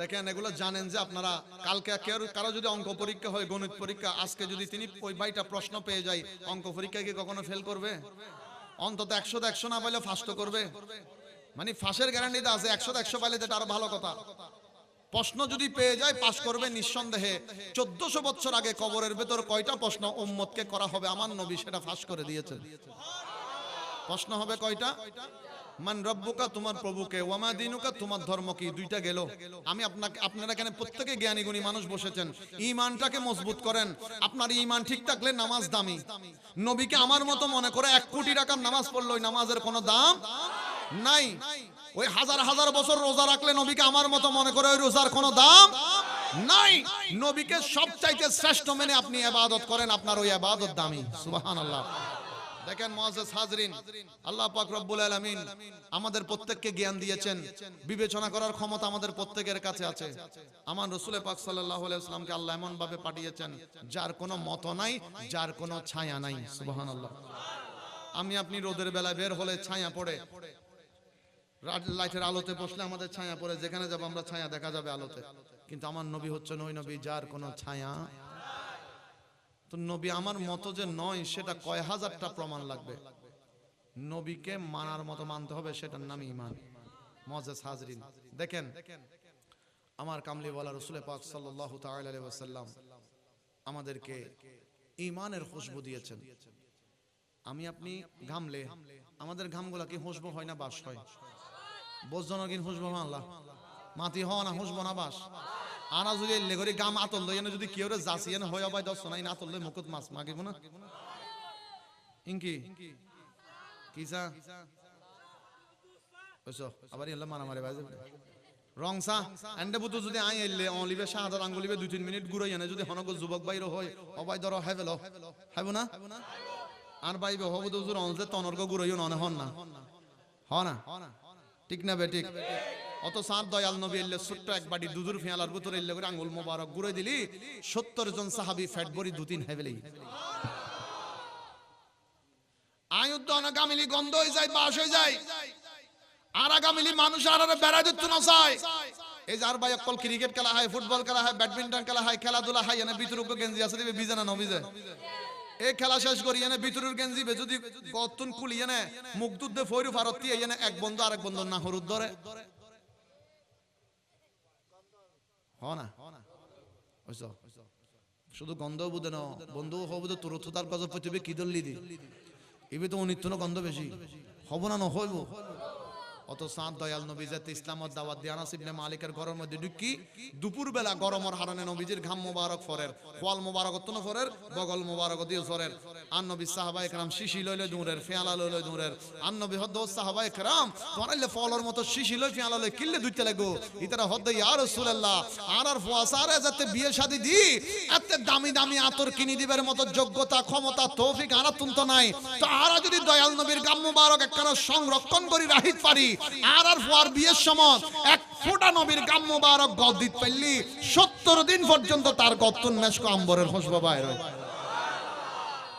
এতাল্লাহ এই মেরাজের রাত আল্লাহর নবী যাতে মেরাজ শরীফত নসি নুজহাতুল মাজালিস কিতাবে আল্লামা ইমাম সাফুরি রাহমাতুল্লাহ আলাইহি হাদিসে পাক নোট করেছেন নবীজি বলেছেন নবী যখন আসলেন খানায়ে কাবার চত্বরে যখন নবী কদম রাখলেন মেরাজ শরীফ থেকে নবীর এক ফোঁটা ঘাম মোবারক জমিনে পড়েছে আল্লাহ বললেন জিবরাইল যেখানে নবীর ঘাম মোবারক পড়েছে সেখান থেকে লাল গোলাপের সৃষ্টি করে দাও সেই জন্য বলছি যুবক ভাইরা গোলাপ আমরা জানি ভালোবাসার প্রতীক তবে ভালোবাসা দুনিয়ার আমার আপনার ভালোবাসা না এটা আল্লাহ এবং রাসূলের ভালোবাসার প্রতীক গোলাপ ফুলকে সম্মান করবেন ইজ্জত করবেন গোলাপ ফুলকে চেষ্টা করবেন পায়ের নিচে যেন গোলাপ না পড়ে আমার নবী বলেছেন কিয়ামত পর্যন্ত যে মানুষটা চায় আমি নবীর খুশবু নাকের মধ্যে নিতে সেজন্য একটু লাল গোলাপটাকে নাকে লাগায় গোলাপের যে খুশবু সেটা গোলাপের নয় সেটা আমি রাসূলের পাকের ঘাম মোবারকের খুশবু আর একটু বড় করে বলেন না সুবহানাল্লাহ সেই জন্য আশেকরা বড় সুন্দর করে বলেন গোলাপ নীলাম কাদা নীলাম নীলাম রজনী গন্ধা মনের সুখে মালা গাঁথিলাম সকাল হতে সন্ধ্যা একবার দেখা দাও যদি ও গো কামলি ওয়ালা হাসি মুখে পড়াবো তোমায় হাজার ফুলের ইয়া রাসূলুল্লাহ ইয়া হাবিবাল্লাহ ইয়া রাসূলুল্লাহ মাশাআল্লাহ বড় করে বলেন মারহাবা যেটা বলতে গিয়ে থেমে গিয়েছিলাম মুআজ্জিজ সাদিন কবরে দুইটা প্রশ্ন আপনি পারলেন আমার রব আল্লাহ রব্বি আল্লাহ আপনি বলে দিয়েছেন দ্বীন আল ইসলাম এটাও বলে দিয়েছে এখানে কথা আরেকটা যোগ করে আহলে সুন্নাতের আকীদা হচ্ছে মানুষ যখন মারা যায় নামার সময় বলে আল্লাহু বলেন না বলে না আল্লাহু রাব্বি বলে না খাটিয়ার করে নিয়ে যাওয়ার সময় আল্লাহু রাব্বি তারপর বলে মুহাম্মদ আমরা মনে মনে বলি সাল্লাল্লাহু আলাইহি ইসলাম তারপর সবাই বলেন নবী কথা বলেন ঠিক কিনা কেন বলে আজকে যে ছেলেটার গণিত পরীক্ষা সেই ছেলেটা যদি সারাদিন অঙ্ক করতে থাকে ওই অঙ্ক পরীক্ষাটা তার জন্য কি সহজ হবে না কঠিন হবে আপনি কোন একটা জায়গায় গেছেন হেডফোন আপনার কানের মধ্যে কোনো প্রশ্নের উত্তর দিতে হচ্ছে কেউ যদি আপনাকে বলে দেয় প্রশ্নের মুখে মুখে যদি আপনাকে তাড়াহুড়া করে জবাবটা বলে দেয় আপনি কি বলে দেওয়ার সুযোগ হবে নাকি হবে না হবে মুআজ্জিজ হাজরিন যখন ওই মুর্দার খাটের মধ্যে শুয়ে শুয়ে কবর পর্যন্ত যেতে যেতে এতগুলি মানুষের জবানে বারবার শুনে আল্লাহু রাব্বি আল্লাহু রাব্বি আল্লাহু রাব্বি এটা বলতে বলতে যখন মুর্দারকে নিয়ে যায় মুর্দারকে যখন কবরে ঢুকানো হয় ফেরেশতা এসে মাত্র বলে মান রাব্বুকা তখন মুর্দারের তাড়াতাড়ি কানের মধ্যে ওই বাজতে থাকে এতক্ষণ যে শুনেছে এটা বাজতে থাকে সঙ্গে সঙ্গে সে বলে দেয় আল্লাহু রাব্বি সুবহানাল্লাহ আমার রব আমার আল্লাহ সাথে সাথে বলে দেয় তো সেজন্য আহলে সুন্নাত ওয়াল জামাতের আকীদা হচ্ছে মুনকার নাকিররা যে প্রশ্ন করবে সেটার উত্তর আগে থেকে যেন ওই ঈমানদার ওই বান্দা ওই আল্লাহ পাকের নেককার পরহেজগার দিনদারের কানে কানে যেন বারবার শব্দটা শুনতে থাকে কবরে যেন প্রশ্ন সহজ হয়ে যায় সুবহানাল্লাহ সেজন্য বলি আহলে সুন্নাত ওয়াল জামাতের প্রত্যেকটা আকীদা নিয়ামতপূর্ণ আপনি এই আকীদা নিয়ে চলবেন নিঃসন্দেহে আপনি নিয়ামতের পথ পাবেন সুবহানাল্লাহ মা কুনতা তাকুলু ফি হাক্কে হাযার রাজুল এখানে জ্ঞানী গুণী ভাইরা বসেছেন বাবারা বসেছেন উত্তরটা নিজে নিজে ঠিক করবেন আমি দিব না আমি বাংলাটা বলবো সেখানে নবী সম্পর্কে বলবে না এই নবীকে তুমি চিনো কিনা বলো এই রাসূলের উপর তুমি ঈমান এনেছো কিনা বলো এই রাসূলের প্রতি তুমি বিশ্বাস এনেছো কিনা বলো একটা কথাও বলবে না বলবে মা কুনতা তাকুলু ফি হাক্কে হাযার রাজুল এই পুরুষ সম্পর্কে দুনিয়ায় থাকতে তুমি কি বলা বলি করতে সেটা বলো মা কুনতা তাকুলু, তুমি কি বলতে দুনিয়ায় থাকতে এই পুরুষ সম্পর্কে, রাসূল সম্পর্কে, নবী সম্পর্কে? তাহলে বোঝা যায় ওইখানে আকীদার কথা জিজ্ঞেস করতেছে। এখানে বোঝা যাচ্ছে আকীদা জিজ্ঞেস করতেছে। তো যদি কেউ দুনিয়ায় চলতে আমাকে নবীর মতো বলেছে, সে যদি বলে ফেরেশতাদেরকে, ও ফেরেশতা উনাকে আমি নিজের মতো মনে করেছিলাম, আপনি বলেন উত্তরটা কি ঠিক হবে না বেঠিক হবে? কথা বলেন, ঠিক হবে না বেঠিক হবে? সেজন্য ইমাম আহলে সুন্নাত আজিজুল হক শেরে বাঙ্গাল আমাদের ইমাম যিনি, তিনি আমাদের আকীদা দিয়ে গিয়েছেন। তিনি বলেছেন আমি মারা যাওয়ার পরে আমার মাজারটাকে একটু উঁচু করে দিও। আশেক বলে হুজুর কেন উঁচু করব? তখন বলা হলো আমি দুনিয়ায় থাকতে যেরকম নবীকে দাঁড়িয়ে দাঁড়িয়ে সালাম দিয়েছি, আমার মাজারের ভেতরে যখন আমার রাসূল আসবে ওইখানের ভেতরেও আমি দাঁড়িয়ে দাঁড়িয়ে সালাম দিব। সুবহানাল্লাহ।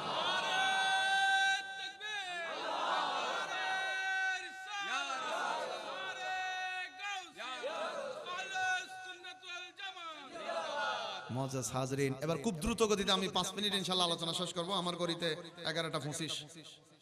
5 মিনিট দেওয়া যাবে? অনার একবার চুপচাপ কিন্তু শীতে তো জীবন লাভ হতে সাত হুজুরে হাত দাঁড়া মাতি লাভ কি হাবাইম দের এক কাপ আওয়াজই শেষ করি। কবির মনোযোগ। এবার আইন দাফে দাফে গেলাম, শেষ এক কাম বাকি আছে, ইয়াল্লই না শেষ করে দিই। নবীজি যখন হিজরত করে আসলেন, যুবক ভাই অনেকে বসেছেন এখানে, 13 বছরের অনেক বাচ্চা থাকতে পারে। আমি একটা 13 বছরের ছোট্ট বাচ্চার প্রেমের কথা বলছি আপনাদেরকে। নাম হচ্ছে আবু কুরসাফা। ইহুদি ছেলে, তবে বাবা নাই, মা আছে। চাচারা ঘর থেকে বের করে দিয়েছে, সম্পদ লুটপাট করে খেয়ে ফেলেছে ভাই মারা যাওয়ার পর। ছেলেকে এবং মাকে ঘর থেকে বের করে দিয়েছে। মা এবং ছেলে কোন রকম খালার বাড়িতে গিয়ে খালার জামাইয়ের পাটা ধরে ঘরের মধ্যে থাকার সুযোগ পেয়েছে। কাজ করতে হয় একটা, প্রতিদিন ফজর বেলা খালার জামাইয়ের যেই চারণভূমির মধ্যে নিয়ে যেতে হতো, তার ওই উটগুলাকে, ছাগলগুলাকে পুরা দিন চারণভূমিতে চড়ানোর পরে বিকেল বেলা ছোট্ট 13 বছরের আবু কুরসাফা ইহুদির এতিম ছেলেটা ঘরের মধ্যে নিয়ে আসতেন। বিনিময়ে মা এবং ছেলেকে 2 বেলা খেতে দিতেন। এরকম একটা এতিম ছেলে। এখানে 13 বছরের অনেক ছেলে বসেছে, আমি তাদেরকে বলছি, দেখেন যুবক ভাই, একদিন আবু কুরসাফা ফজর বেলা বের হলেন তার ছাগল নিয়ে। ছাগল নিয়ে যখন বের হলেন, হঠাৎ তার 15-20টা ছাগলের মধ্য থেকে একটা ছাগল সে যাবে বাম দিকে, কিন্তু একটা ছাগল চলে গেল ডান দিকে। সে অন্য ছাগলগুলাকে সবগুলাকে একসাথে এক দড়ির সঙ্গে বেঁধে ওই একটা ছাগলের পিছনে পিছনে দৌড়তে শুরু করেছে। ওই ছাগলটা দৌড়তে দৌড়তে গিয়ে মসজিদে নববী শরীফের কিনারায় গিয়ে খেজুর গাছের পাশে গিয়ে দাঁড়ালো। ওই আবু কুরসাফা দৌড়তে দৌড়তে ছাগলকে ধরার জন্য মসজিদে নববীর কিনারায় গেল। ইহুদির ছোট্ট এতিম ছেলে, বাবা হারা ছেলে, মাকে নিয়ে তাকে বড় কষ্টের জীবন। ছোট্ট 13 বছরের ছেলেটা ওইখানে যখন ছাগলটাকে ধরে নিয়ে আসতেছিল, সে নজর দিয়ে দেখলো মসজিদ থেকে আমার আপনার দয়াল নবী বের হচ্ছে। 13 বছরের ছোট্ট এতিম ছেলেটা একটা নজর আমার নবী মুস্তাফাকে দেখেছে। আবু কুরসাফা এক নজর আমার রাসূলকে দেখলেন। 13 বছরের ছোট্ট ছেলেটা মনে মনে বলতে লাগলেন, ইনি কে হতে পারে? এত সুন্দর মানুষ আমার 13 বছরের জীবনে আর দেখিনি। আবু কুরসাফা ছোট্ট ছেলেটা একজনকে জিজ্ঞেস করলেন, তোমার পরিচয় কি? একজন পুত্র দিল, উনি মুসলমানদের নবী। আবু কুরসাফা যখন নবীর কথা শুনলেন, নবীকে দেখতে পছন্দ হয়েছে, দেখলে মনটা পড়ে যায়, নবীকে দেখে প্রেমের মধ্যে পাগল হয়ে গিয়েছে। কিন্তু কাছে যাওয়ার শক্তি নাই, সাহস নাই, নবীর সাথে কথা বলার সাহস নাই। আবু কুরসাফা এবার ছাগলটাকে নিয়ে চলে গেলেন। সারাদিন চানুর ভূমির মধ্যে কাটালেন। ছাগলগুলোকে নিয়ে সন্ধ্যাবেলা ঘরে চলে আসলেন। এবার রাতের বেলা যখন খাওয়া দাওয়া করে বিছানার মধ্যে শুয়ে গেলেন, আবু কুরসাফা ইয়েতিম 13 বছরের ছোট্ট ছেলেটা, ইহুদির সন্তানটা রাতের বেলা যখন ঘুমানোর বিছানায় শুয়ে পড়লেন, চোখটা যখন বন্ধ করলেন, আবু কুরসাফার চোখ বন্ধ করতে দেরি, তার চোখের মধ্যে আমার দয়াল নবীজির চেহারা ভেসে উঠেছে। 13 বছরের ছোট্ট ছেলেটার আর ঘুম হয় না, ঘুম আসে না। চোখ বন্ধ করলে সে আমার নবীকে দেখে আবু কুরসাফা এবার অধীর আগ্রহে অপেক্ষা শুরু করে দিল, কখন রাত শেষ হবে, কখন ফজর হবে, কখন সূর্য উদয় হবে, কখন আমি ঘর থেকে বাইরে যেতে পারবো, আর কখন আমি আরেকটা বার ওই দয়াল নবীর চেহারা দেখব। সুবহান। আমার বাবারা, প্রেম কাকে বলে দেখেন? একজন ইহুদির ছেলে, ছোট্ট ছেলে আবু কুরসাফা নবীর জন্য পাগল হয়ে গেল। এবার ফজর বেলা, ফজর হলো, সূর্য উদয় হলো, আবু কুরসাফা তার ছাগলগুলোকে নিয়ে রওনা করলেন। প্রথম দিন তার একটা ছাগল রাস্তা ভুল করে সোনার মদিনার দয়াল নবীজির মসজিদের দিকে চলে গিয়েছে। আজকে ছাগলরা রাস্তা ভুল করে না, তবে আবু কুরসাফা ছাগলগুলোকে নিয়ে সেই নবীর রাস্তা ধরে হেঁটে শুরু করেছেন। আল্লাহর নবী কামলিওয়ালা রাসূলকে দেখার জন্য আবু কুরসাফা মসজিদে নববীর কিনারার মধ্যে গিয়ে দাঁড়িয়ে রইলেন। আবারও নজর দিয়ে দেখে আমার দো জাহানের বাদশা নবী বের হচ্ছে। আবু কুরসাফা দূরের থেকে দাঁড়িয়ে দাঁড়িয়ে মন ভরে আমার নবীকে দেখতে শুরু করেছে। একদিন, 2 দিন, 5 দিন, 10 দিন, 1 মাস চলে গেল। প্রতিদিন আবু কুরসাফা দূরের থেকে নবীকে দেখে, নবীকে না দেখলে তার ভালো লাগে না। 1 মাস পর্যন্ত নবীকে দেখেছে, কিন্তু নবীর কাছে যায় নাই, নবীর কাছে গিয়ে কলমা পড়ে নাই, নবীর সঙ্গে কোনো কথা হয় নাই। দূর থেকে নবীকে দেখে দেখে মন শান্ত করে। এইভাবে সময় 1 মাস চলে গেল। একদিন আবু কুরসাফা 13 বছরের এতিম ছেলেটা বিছানার মধ্যে শোয়া। হঠাৎ করে ঘরের ভেতর থেকে আওয়াজ আসতে শুরু করেছে। তার খালার স্বামী, তার মামা যেটা ছিল, সেটা ঘরের মধ্যে বসে বসে আমার নবীকে গালাগালি করতেছিল। 13 বছরের আবু কুরসাফার মাথাটা গরম হয়ে গেল, অথচ কলমা পড়ে নাই, মুসলমান হয় নাই। আবু কুরসাফা ছোট্ট এতিম ছেলেটা হাতের মধ্যে লাঠি নিয়ে তার মামার সামনে গিয়ে ডাক দিয়ে বললেন, মামা খবরদার, খবরদার, ওই নবীকে যদি আরেকটা বার তুমি গালাগালি করো, আমার হাতের লাঠি দিয়ে তোমার মাথা আমি ফাটাইয়া দিব। সুবহান, আর একটু বড় করে সুবহানাল্লাহ বলেন, ইয়া রাসূলুল্লাহ। ছোট্ট 13 বছরের একটা এতিম ছেলের ভেতরে, ইহুদি ছেলের ভেতরে নবীর প্রেম। সুবহানাল্লাহ বলেন না রে বাবা। আবু কুরসাফা কথাটা শুনে তার খালার জামাইয়ের মাথা গরম হয়ে গেল। এই আবু কুরসাফা, কি বলো? তুমি রাসূলের প্রেমে পড়ে গেছো, মুসলমানের নবীর প্রেমে পড়েছো, তুমি কি কলমা পড়েছো? আবু কুরসাফা বলেন, না না আমি এখনো কলমা পড়ি নাই। তো তুমি নবীর প্রেমিক কেমনে হয়ে গেছো? বললেন, একটা নজর নবীকে দেখেছি, আমি নবীর দিওয়ানা হয়ে গেছি। আবু কুরসাফা, খবরদার, আজকে থেকে ওই নবীর কাছে আর যাবে না। নবীকে ভুলে যাও, নবীকে ছেড়ে দাও। যদি নবীকে ভুলতে না পারো, আমার ঘর থেকে তোমাকে বের করে দিব। আবু কুরসাফা বলেন, মামা, শুধু ঘর থেকে নয়, আমি দুনিয়ার থেকেও চলে যেতে রাজি, তবে আমি ওই রাসূলকে কখনো ভুলতে পারবো না। বড় করে বলেন সুবহানাল্লাহ। আমি কখনো ওই নবীকে ভুলতে পারবো না, যেই নবীকে না দেখলে আমার ঘুম হয় না। সুবহানাল্লাহ। আবু কুরসাফার খালার জামাই তার মাকে ডাক দিলেন, ও আমার বোন, এদিকে আসো, তোমার সন্তান মুহাম্মাদের প্রেমের মধ্যে পড়েছে, তোমার সন্তানটাকে একটু বুঝাও, না হলে আমার ঘর থেকে বের করে দিব। কারণ আমি তো ওই মুসলমানদের নবীকে পছন্দ করি না, আমার ঘর থেকে বাইরে চলে যেতে হবে। এবার আবু কুরসাফার মা তার ঘরের মধ্যে গেলেন, ছোট্ট এতিম ছেলেটাকে মা জননী বুকের মধ্যে নিলেন। মা বুকের মধ্যে নিয়ে বললেন, ও আমার সন্তান আবু কুরসাফা, তুমি বাবা হারা ছেলে, তোমার চাচারা ঘর থেকে বের করে দিয়েছে, বড় কষ্ট করে আমার বোনের ঘরের মধ্যে আশ্রয় পেয়েছি। আমি মা তোমাকে বলছি, তুমি ওই নবীকে ভুলে যাও, নবীর কাছে আর যাইও না, নবীকে ছেড়ে দাও, নবীকে ভুলে যাও। আমি মা বলছি, মায়ের কথা রাখো। আবু কুরসাফা মাকে বলে, মা তুমি বললে আমি দুনিয়া ছাড়তে রাজি, মাগো, তবে ওই নবীকে আমি কখনো দিন ভুলতে পারবো না। মা জননী বললেন, আমার আবু কুরসাফা, আমি মা ছাড়া তোমার দুনিয়াতে কেউ নাই, তুমি ছাড়া আমি মা জননীর কেউ নাই। ও আমার সন্তান, যদি তুমি নবীকে বলতে না পারো, তোমার খালার স্বামী আমাদেরকে বের করে দিবে। আবু কুরসাফা বলেন, মাগো, বের করে দিলে বের হয়ে যাব, তারপরে আমি আমার চোখের শীতলতা, যেই নবীকে না দেখলে তোমার ছেলে পাগল হয়ে যায়, আমি ওই রহমাতুল লিল আলামিন নবীকে ভুলতে পারবো না। মা জননী এবারে বললেন, ও আমার সন্তান, আমি মা নিজেকে এক সাইডে রাখলাম, তোর ওই নবীকে অন্যদিকে দিলাম। এই দুই দিক থেকে এক দিক নিতে হবে। যদি মাকে গ্রহণ করিস তাহলে আর কোনোদিন তুই নবীর কাছে যেতে পারবি না, আর যদি তুই নবীকে গ্রহণ করিস আর কোনোদিন আমি মাকে মা বলে ডাকতে পারবি না। ইয়েতিম ছোট্ট ছেলেটার কলিজার মধ্যে লেগেছে কথাটা।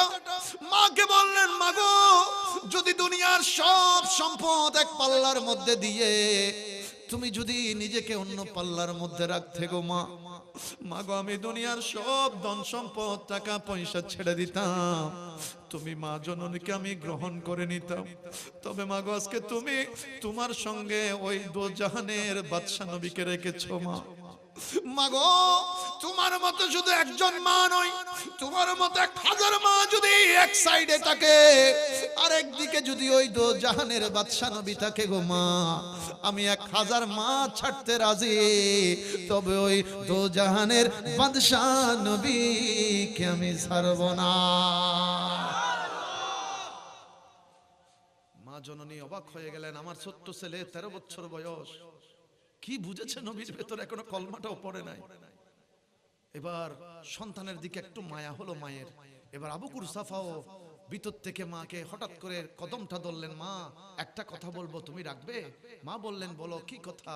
ও মা, যেই নবীকে একটা নজর দেখে তোমার 13 বছরের ছেলেটা এরকম পাগল হয়ে গেছে, ও মা তুমি এক নজর কালকে ওই নবীকে একবার দেখে আসো না। আওয়াজটা বড় করেন।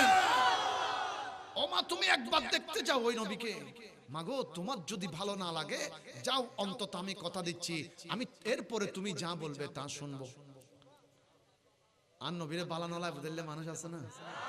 হাই হাই হাই, কিতাবতে সিদে আবু জাইলের মতো। জি ও কিছু আছে বাজে, আর কিছু আছে আছে আছে এই মুনাফিকেরই, এই মুসলমান ন। ওই যে হইলাম শুরুতুন ওনারা তো দাফে দাফে বুঝে এসে যাই হোক। এবার জিয়ান বাকি আছে ইয়ান দিনে ফিনিশিং দিদি হস্টন অনরতুন গুসে দিলে কোন হন আলী হন আবার হুজুরের বন্যায় বনি সাইয়ন মাঝে হাজরিন হবুদ আবার হুজুরুল্লাহ ফজরের নামাজ পড়ি নবারি গত হালিয়ে নবর দিয়ে আল্লাহ কিছু হইতো না আজিয়ার গান হুজুর দুশ হয়ে যাবে সর আমি কে সর মাঝে হাজরিন হাই হাই হাই আর কামলি বলা নবী শান ও আজমতি যত হবেন তত ভালো লাগবে দেয় মাতন না ঠিক না বেঠিক। হাই হাই নবীর প্রেমিক, নবীর আশেক অকল, নবীর হতাও নিলে গোড়া রেজ যাবে কই। মুআজ্জিজ হাজরিন, আবু কুরসাফা বলছে, মা একটা নজর তুমি ওই নবীকে দেখো, যদি তোমার ভালো না লাগে আমি অন্তত কথা দিচ্ছি তুমি যা বলবে তা শুনবো। এবার মা মনে মনে হদ্দে ওই কিন্তু একবার সহজ হতান অফুত তলি তো সমস্যা নাই, মনে মনে হদ্দে অসুবিধা নাই। হালিয়ে ফজরত তোর হালার লইয়ানে নবীরে চাইতে যাইম, নবীকে দেখতে যাব আর এসে বলবো নবীকে আমার ভালো লাগে নাই। মা মনে মনে বলছেন নবীকে ভালো লাগবে না এরকম হতে পারে? কথা বলেন হতে পারে? হায় হায় হায়। ফজর বেলা আবু কুরসাফা তার আম্মা জানকে ডেকে দিলেন। মা জননী খালাকে নিয়ে রওনা করলেন নবী দেখার জন্য। আবু কুরসাফা মায়ের পিছনে পিছনে দৌড়ে দৌড়ে হাঁটে মরুভূমির প্রান্তর পর্যন্ত। মা খালার পিছনে পিছনে আবু কুরসাফা ফজর বেলা গেল। এবার মা খালা সামনের দিকে যায়, ছোট্ট 13 বছরের ইতিম ছেলেটা সাজদার মধ্যে পড়ে আল্লাহকে ডাক দিয়ে বলে, আল্লাহ আমার মা এবং খালাকে তোমার নবীর দরবারে পাঠানোর দায়িত্বটুকু আমার ছিল, আমি পালন করেছি। এবার আমার মা এবং খালার তকদির পরিবর্তন করার দায়িত্ব তোমার। বলেন তকদির পাল্টানোর মালিক কে? আওয়াজ বড় করেন, মালিক কে? আবু কুরসাফা অপেক্ষায় রইলেন। মা খালা চলে গেছে, সেজদার মধ্যে পড়ে 2 চোখের পানি ছেড়ে আল্লাহকে বলছে, আল্লাহ আমার দায়িত্ব আমি পালন করে দিয়েছি, এবার তোমারটা তুমি পালন করে দাও। আমার মা খালাকে নবীর দরবারে পাঠিয়ে দিয়েছি, আল্লাহ তাদের তকদির পাল্টাইয়া দাও। মা খালা চলে গেল। এবার সকাল পেরিয়ে দুপুর হলো, মা খালা আসে না। আবু কুরসাফা যেই জায়গা থেকে বিদায় দিয়েছে সেখানে দাঁড়িয়ে আছে। দুপুর গড়িয়ে বিকাল হতে শুরু করলো। দেখা যায় দূর থেকে 2 জন মহিলা আসতেছে। 13 বছরের ছোট্ট ইতিম ছেলেটা দৌড়তে দৌড়তে সামনের দিকে গেল। খালাকে ডাক দিয়ে বলল, খালা তাড়াতাড়ি বলো না সৃষ্টির শ্রেষ্ঠ নবীকে কেমন কেমন লেগেছে, দো জাহানের বাদশা নবীকে কেমন লেগেছে। এবার খালা উত্তর দেওয়ার আগে মা ডাক দিয়ে বললেন, ও আমার আবু কুরসাফা, আমার কলিজার টুকরা সন্তান, নবী দেখতে যখন গিয়েছিলাম মনে মনে হিংসা নিয়ে গিয়েছিলাম, বিদ্বেষ নিয়ে গিয়েছিলাম, মনে করেছিলাম ভালো লাগবে না, পছন্দ হবে না। তবে নবীর সামনে গিয়ে যখন দাঁড়ালাম, বসলাম, রাইনা রাজুলান ইজা তাকাল্লামা হারাজা মিন ফিহি নূরুন, এমন একজন নবী আমাদের সামনে এসে দাঁড়িয়েছে যিনি কথা বলছে আর ওনার মুখের ভেতর থেকে নূর মুবারক বের হতে শুরু করেছে। বড় করে বলো সুবহানাল্লাহ। যেই নবী কথা বললে নূর বের হয়, সুবহানাল্লাহ বলবেন না? সেই নবী কি মাটির হতে পারে? হায় হায় হায়। আবু কুরসাফার মা সাক্ষী দিচ্ছে, রাইনা রাজুলান ইজা তাকাল্লামা খারাজা মিন ফিহি নূরুন, এমন একজন রাসূল আমাদের সামনে ছিল যিনি কথা বলছে আর ওনার মুখ মোবারক থেকে অটোমেটিক নূরে পাক বের হচ্ছে। আরেকখানা বড় করে হন না সুবহানাল্লাহ। এতাল্লাহ সুন্নিয়াকুল হদে, নূর নবী এসেছে, নূর নিয়ে এসেছে, নূর নবী নূর নিয়ে এসেছে, তাই বলে আর সারা জাহান চে আসসালাতু রাসূলুল্লাহ, আসসালাতু। জবানটা খুলে একবার বলেন মারহাবা। আমার আলোচনা একেবারে শেষ, দেখেন এবারে মনোযোগ দেন, কথা শেষ করি। আবু কুরসাফার মা এবার আবু কুরসাফাকে বলছেন, ও আমার সন্তান, তুমি কখনো নবীর সাথে কথা বলেছো? তিনি বললেন, মা আমি তো কখনো নবীর সাথে কথা বলি নাই। কলমা পড়েছো? বলে তাও তো পড়ি নাই। মুসলমান হয়েছো? তাও তো হই নাই। মা বললেন, মায়ের দিকে দেখো, খালার দিকে দেখো, হিংসা নিয়ে নবীর কদমে গিয়েছি, নবীকে দেখে দেখে নবীর কদম ধরে মা এবং খালা কলমা পড়ে চলে এসেছি। হাই হাই হাই, তকদীর তকদীর তকদীর, কত দামি তকদীর। তো যারা দুনিয়াতে নবীকে নূর মেনেছেন তার কবর অন্ধকার হবে না, তার কবর নূরের আলোতে আলোকিত হবে। কারণ গতকালকে ওই জায়গাটা অন্ধকার ছিল, আজকের লাইটের পাওয়ারে, লাইটের নূরের আলোতে আলোকিত হয়ে গেছে। আমি আপনি কবরে যখন রাখবে, মুনকার নাকির আসবে, 3 নম্বর সওয়াল করতে দেরি হবে, আমার নবীজি কবরে আসতে দেরি হবে না। সেজন্য যতগুলি যুবক ভাই আজকে এখানে দাঁড়িয়েছেন, বসেছেন, প্রত্যেকের ঈমানি দায়িত্ব পালন করেছেন। না হলে আমার নবী যদি হাসরের ময়দানে জিজ্ঞেস করে, তোমার এলাকায় নবীর বাগান সেজেছে, আপনি বলবেন, ইয়া রাসূলুল্লাহ প্রতি বছরে তো সাজিয়েছি আপনার বাগান, আপনার মিলাদুন নবী। তো নবী যদি একবার প্রশ্ন করে, আমার মাহফিলে তুমি বসেছিলে, নবীর কথা শুনেছিলে, নবীর জন্য ভালোবাসা দেখিয়েছিলে, রাতের ঘুম হারাম করেছিলে, যদি কেউ না বসেছে জবাব দিতে পারবে না। আর এই আশিকরা বলবে, ইয়া রাসূলুল্লাহ শীতকালের মধ্যে ঠান্ডায় কাঁপতেছিলাম, তারপরেও আরামের বিছানায় শুই নাই, আপনার বাগানে এসে বসে গিয়েছি। বড় করে বলেন সুবহানাল্লাহ। এটার নাম প্রেম, এটার নাম ভালোবাসা, যেই ভালোবাসার মূল্য দুনিয়ার সবকিছুর দামের চাইতে বেশি। সুবহানাল্লাহ। আমার নবী খুঁজে নিবেন। তো সেজন্য কবরে নবীর নূরের আলো যদি পেতে চায়, দুনিয়ায় থাকতে আহলে সুন্নাত ওয়াল জামাতের আকীদা মনের মধ্যে নিয়ে নবীকে নূরের নবী মানতে হবে। কারণ ওই কবরে, অনেকের কবরে নবী আসবে, কিন্তু অনেকে আবার নবীকে দেখবে না কবরে। যে নবীকে দেখবে না তার কবর আলোকিত হবে না। এটা আমি হাদিস দিয়ে শেষ করে দিচ্ছি আলোচনাটা। নবী যেদিন হিজরত করে চলে যাচ্ছিলেন, নবী বললেন, আলী আমার বিছানায় শুয়ে পড়ো, কিছু আমানত আছে, তোমাকে সেটা কালকে দিতে হবে মানুষকে। রসুলে পাক চলে যাচ্ছেন, 50 জন যুবক তলোয়ার নিয়ে নিয়ে রসুলে পাকের ছোট্ট হুজরা শরীফ ঘিরে ধরেছে, যেখানে একটা পিঁপড়া বের হলেও দেখা যাবে। আল্লাহ বললেন, হুজুর আপনি এক মুষ্টি বালি নেন, আপনি ছুঁড়ে মারেন। আমার আল্লাহর নবী মেরে দিলেন, রসুলে পাক সাল্লাল্লাহু আলাইহি ওয়াসাল্লাম মেরে দিলেন, আল্লাহ প্রত্যেক কাফেরদের চোখের মধ্যে পৌঁছে দিলেন। সেজন্য আল্লাহ কোরআনের কারীমের মধ্যে ডাক দিয়ে বলছেন, রসুল সেটা আপনি মারেন নাই, আমি আল্লাহর কুদরতের হাতে মেরেছিলাম। আল্লাহ কোরআনের ভেতরে নবীর হাত মোবারককে আল্লাহর কুদরতের হাত বলতেছেন।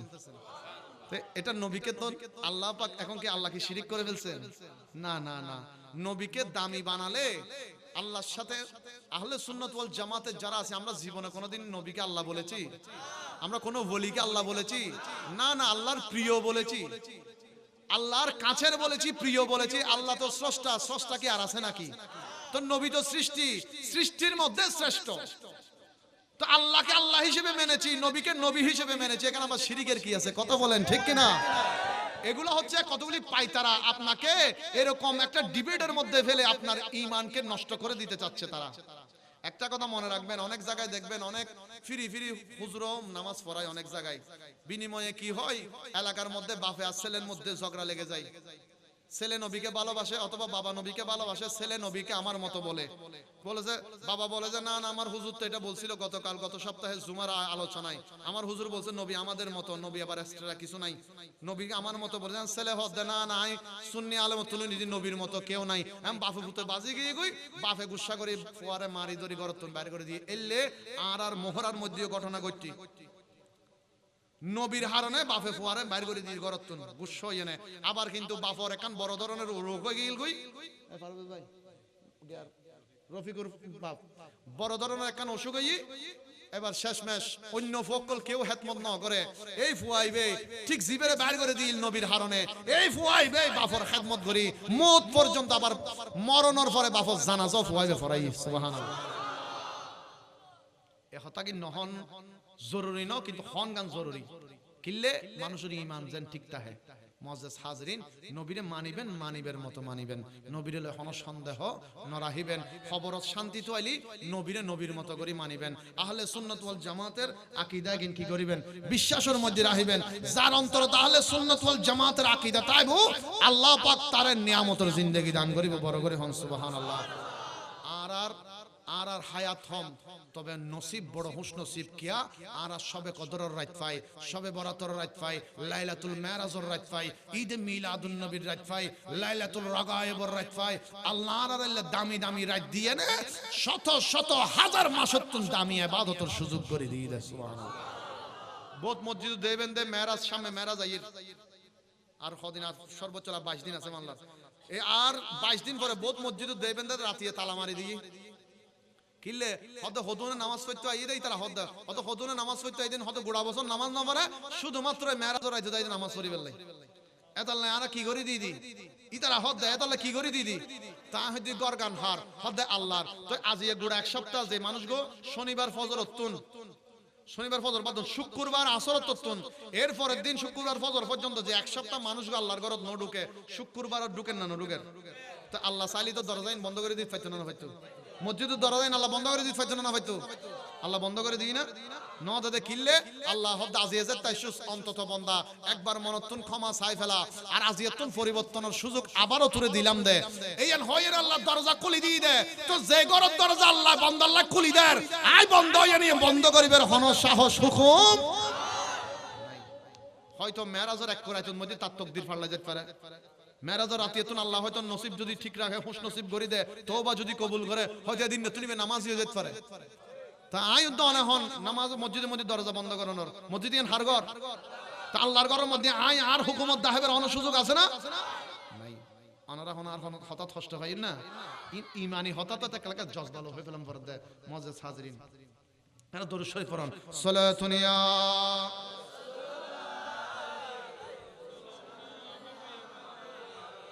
সালাতুন ইয়া রাসূলুল্লাহ।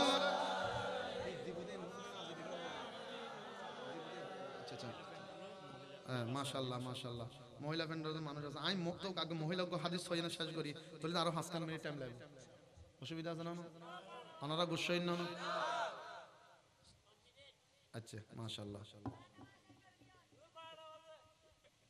বুঝছি মাশাআল্লাহ ওনার তো মহব্বত আছে। আমি প্রথমে মসজিদে আসলে মানুষ হইতো না মনে করছিলাম জোর করি দিদি বই না পারে কি কেন কেন মাশাআল্লাহ দিদি আশা কল এত বইতে কি দিন তো বসিতে বসি তি হইতে কি দিলে বহুজন আছে হাজরিন ওগো মা বোন কল হাদিস হই আমি তারপরে খেদমত যাই সন আর নবী ডাক দিয়ে উহুদের যুদ্ধর লাই ও সাহাবী কল হাতুন কি আছে দাও ওনারা কার মনোযোগ দাও, আমরা কিন্তু একদম শেষের দিকে বহুজন হদ হুজুর শেষ হয়ে আরো 10 মিনিট লম্বা করে ফেলি নবী হদে যুদ্ধর লাই দান করো যার জিয়ান আছে বহুজনে তলোয়ার দি বহুজনে টিয়া পয়সা দি বহুজনে যুদ্ধর পোশাক দিয়ে আর রাসূলের সার মনোযোগ মনোযোগ মা বোন কলর মনোযোগ বিশেষ করে এই হাদিস গো মা বোনুল্লাহ হদ্দি ও আনমিকে সন না বাজে বাদন কেরে ডাক না আনমিকে সন আর শেষ ওনারা মাতলি শেষ করে ফেলতেন না আনমিকে সন রসুল পাক যখন বললেন কার কি আছে দাও, কেউ যুদ্ধের তলোয়ার দিলেন, কেউ যুদ্ধের পোশাক দিলেন, কেউ টাকা পয়সা দিলেন, যার যা আছে, কেউ তীর দিলেন। মসজিদে নববী শরীফের সামনে বিছানো আছে, কে কি দিয়েছেন। আমার নবী যখন বের হলেন কে কি দিল দেখার জন্য, আমার রসুল দেখতে পাচ্ছেন কে যেন 6 মাসের একটা দুধের বাচ্চা সেখানে শোয়াইয়ে দিয়েছে।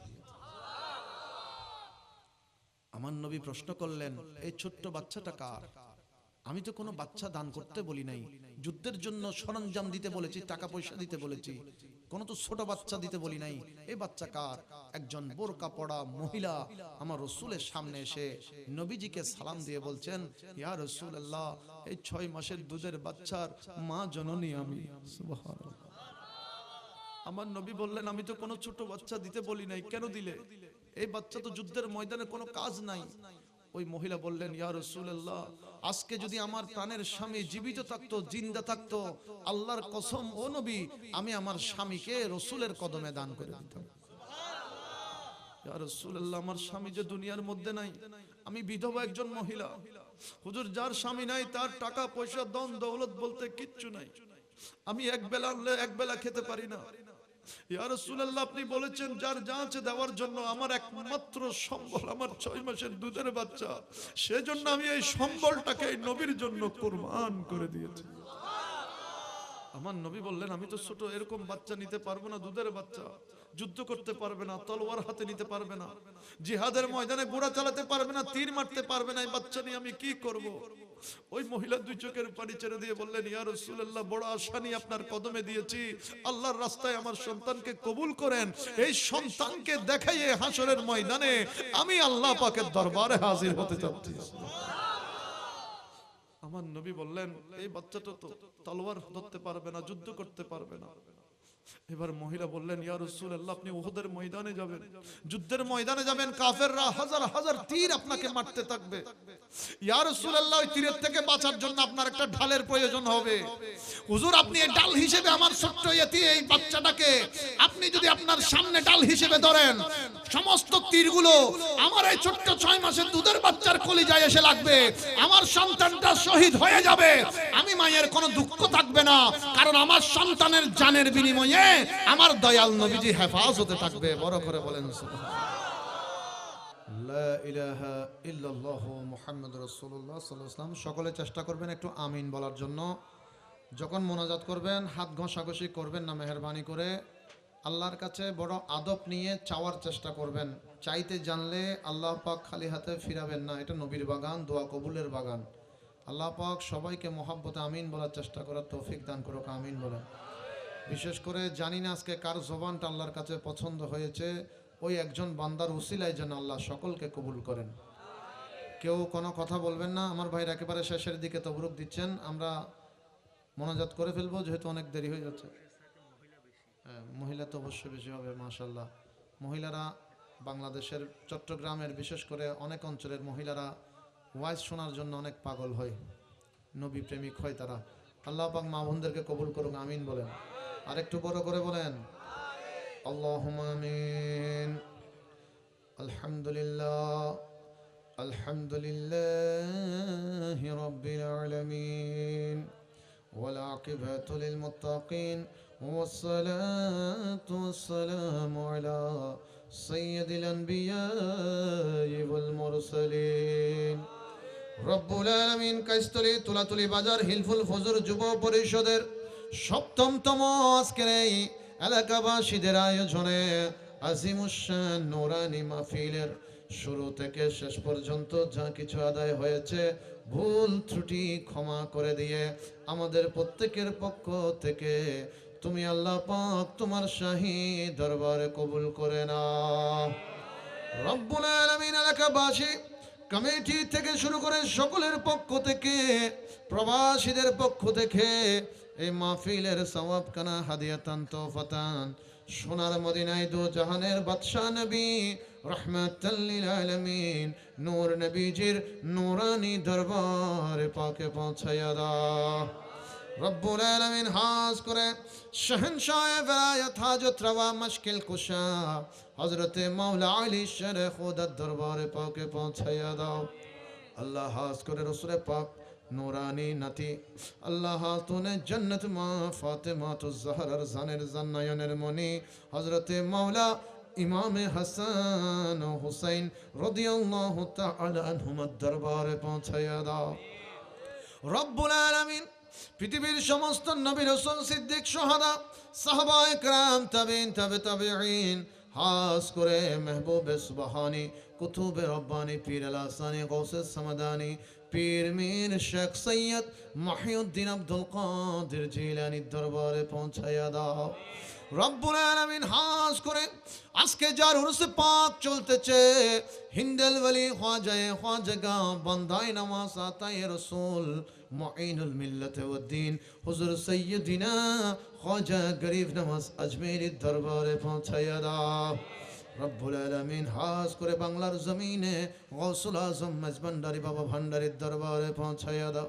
রব্বুল আলামিন পাকিস্তানের জমিনের মধ্যে হুজুর শানশাহ শ্রীকুঠের নুরানি দরবারে পাকে পৌঁছায়া দাও আল্লাহ হোসে জামান হুজুর আল্লামা তৈয়ব শাহ হুজুর কিবলা আলমের দরবারে পৌঁছায়া দাও আল্লাহ আজিজুল হক শেরে বাঙ্গাল দরবারে পৌঁছায়া দাও রব্বুল আলামিন খাস করে বারিয়া দরবার শরীফের আলা হযরত নাইবে গৌসুল ওয়ারা হযরতে শাহজিবারি দাদাজান কিবলা আলমের দরবারে পৌঁছায়া দাও আল্লাহ হাজ করে আমরা যারা হাত তুলেছি আল্লাহ এই বান্দরবনের জমিনের মধ্যে কাইস্তলি তুলাতলির জমিনে তোমার যত মকবুল মাহবুব ওলিগণ শুয়াছেন আল্লাহ প্রত্যেকের দরবারে তুমি পৌঁছাইয়া দাও রব্বুল আলামিন হাজ করে আমরা যারা হাত বাড়িয়ে দিয়েছি আল্লাহ রাত অত্যন্ত গভীর হয়ে গিয়েছে আয় আল্লাহ জানি না আজকে কে মা হারা হয়ে হাত তুলেছে আল্লাহ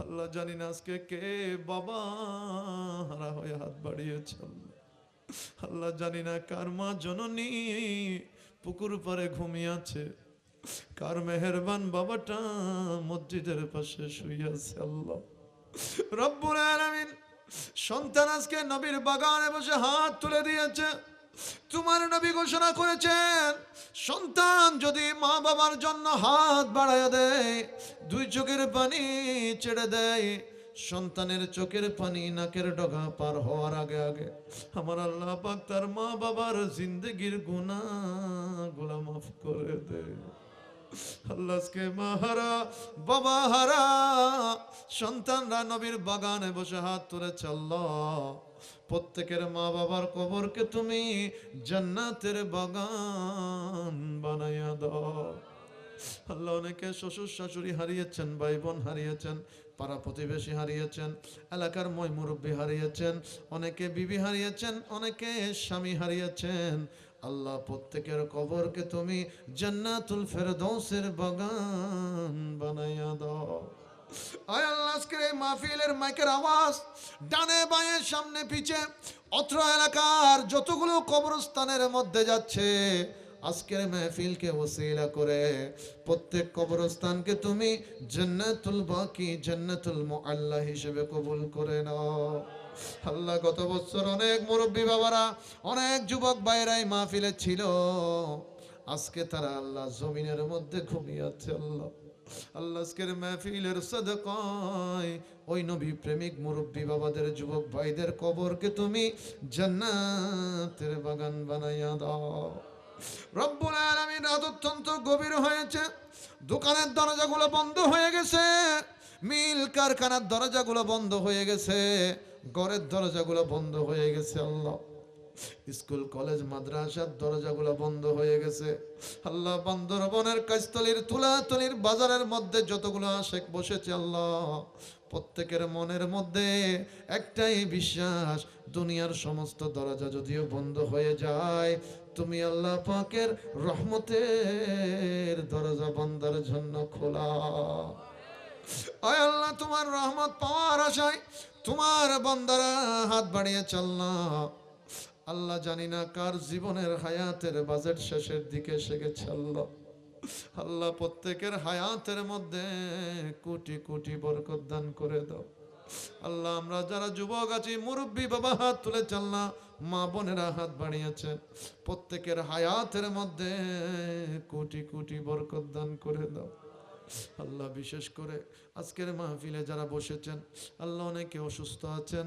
আল্লাহ অসুস্থতা দেওয়ার মালিক তুমি শেফা দেওয়ার মালিকও তুমি আল্লাহ তোমার রহমতের মেডিসিন দিয়ে যারা অসুস্থ আছে তাদেরকে তুমি পরিপূর্ণ সুস্থতা দান করে দাও আল্লাহ জনাব মোহাম্মদ ইউসুফ সাহেব ওনার বিবির জন্য দোয়া চেয়েছে আল্লাহ আল্লাহ তার শারীরিক সুস্থতার মাধ্যমে হায়াতে তাইয়্যিবা তুমি দান করে দাও রব্বুল আলামিন হাস করে আমরা যারা হাত তুলেছি আল্লাহ আজকের এই মাহফিলে বসেছে যারা ব্যবসা করেন তাদের ব্যবসার মধ্যে খায়র ও বরকত তুমি দান করে দাও আল্লাহ যারা চাকরি করেন তাদের চাকরি বাকরির মধ্যে পদোন্নতি খায়র ও বরকত দান করে দাও আল্লাহ যারা লেখাপড়া করেন ছাত্র ভাই বোনেরা হাত বাড়িয়েছে তাদের প্রত্যেকের এলম কালাম জ্ঞান তুমি বাড়াইয়া দাও আল্লাহ যারা বার্ষিক পরীক্ষা দিয়েছে আল্লাহ ভালো রেজাল্ট করার তৌফিক দান করে দাও আগামীতে যাদের এসএসসি পরীক্ষা আসতেছে আল্লাহ তাদেরকে মা বাবার মুখ উজ্জ্বল করতে পারে মতো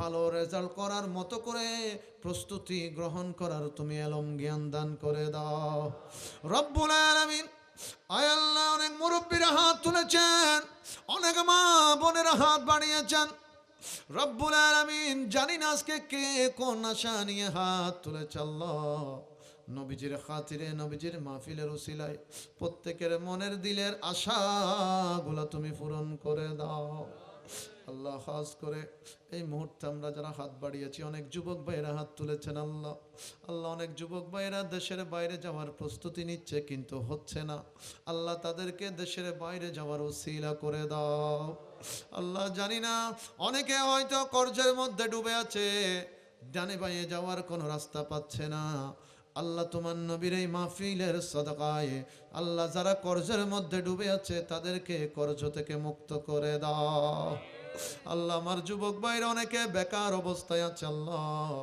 তাদের বেকারত্বকে তুমি দূর করে দাও রব্বুল আলামিন আমাদের সবাইকে তুমি 5 ওয়াক্ত নামাজি বানায়া দাও খাস করে আমরা যুবকদেরকে মা বাবার খেদমত করার তৌফিক দান করে দাও আল্লাহ যারা মা বোনেরা হাত তুলেছেন মা বোনদেরকে নামাজি পর্দানশীন বানাইয়া দাও মা বোনদেরকে খাতুনে জান্নাতে মা ফাতেমা তুজ জাহরার জিন্দেগি দান করে দাও মা বোনদের মনের দিলের আশা গুলা তুমি পূরণ করে দাও আল্লাহ হাজ করে আমাদের আজকের মাহফিলে জনাব মেম্বার সাহেব বসেছেন আল্লাহ উনি অসুস্থ তাকে শেফা দান করে দাও আল্লাহ হাজ করে আমাদের সাবেক মেম্বার সাহেব বসেছেন অসুস্থ তাকে শেফা দান করে দাও উলামায়ে কেরামগণ বসেছেন তাদের হায়াতে বরকত দান করে দাও রব্বুল আলামিন এই মুহূর্তে যারা হাত তুলেছে জানি না আজকে কার জবানের আমিন তোমার পছন্দ হয়েছে আল্লাহ জানি না কার 2 হাতখানা তোমার দরবারে কবুল হয়েছে ওই একজন বান্দার উসিলায় আল্লাহ সকলের মনের আশা দোয়া ফরিয়াদ তুমি কবুল করে নাও আল্লাহ আগামী বছর দেওয়ার জন্য যারা নিয়ত করেছেন আল্লাহ তাদেরকে যতটুকু নিয়ত করেছেন তার চাইতে তাদের রুজি রোজগারে কোটি কোটি তুমি বরকত দান করে দাও আল্লাহ এই বছর যারা হাদিয়া দিয়েছেন মাহফিলের ইন্তজাম করেছেন শরীক শামিল হয়েছেন আল্লাহ প্রত্যেকের রুজি রোজগারে রিজিকে হায়াতে আমলে অফুরন্ত বরকত নাজ নিয়ামত তুমি দান করে দাও আল্লাহ অত্র এলাকার যত ভাইরা প্রবাসী আছে আমার প্রবাসী ভাইদের জান ও মালকে তুমি হেফাজত করো প্রবাসী ভাইদের রুজি রোজগারের মধ্যে বরকত দান করে দাও আল্লাহ প্রবাসী ভাইদেরকে রাস্তাঘাটে চলাফেরার নিরাপত্তা দান করে দাও রব্বুল আলামিন রাতের 12টা পার হয়ে গিয়েছে আল্লাহ এতগুলি নবী প্রেমিক মা বোনেরা এতগুলি যুবক ভাইয়েরা মুরব্বী বাবারা হাত তুলেছে প্রত্যেকের মনের ভেতরে একটা আশা আছে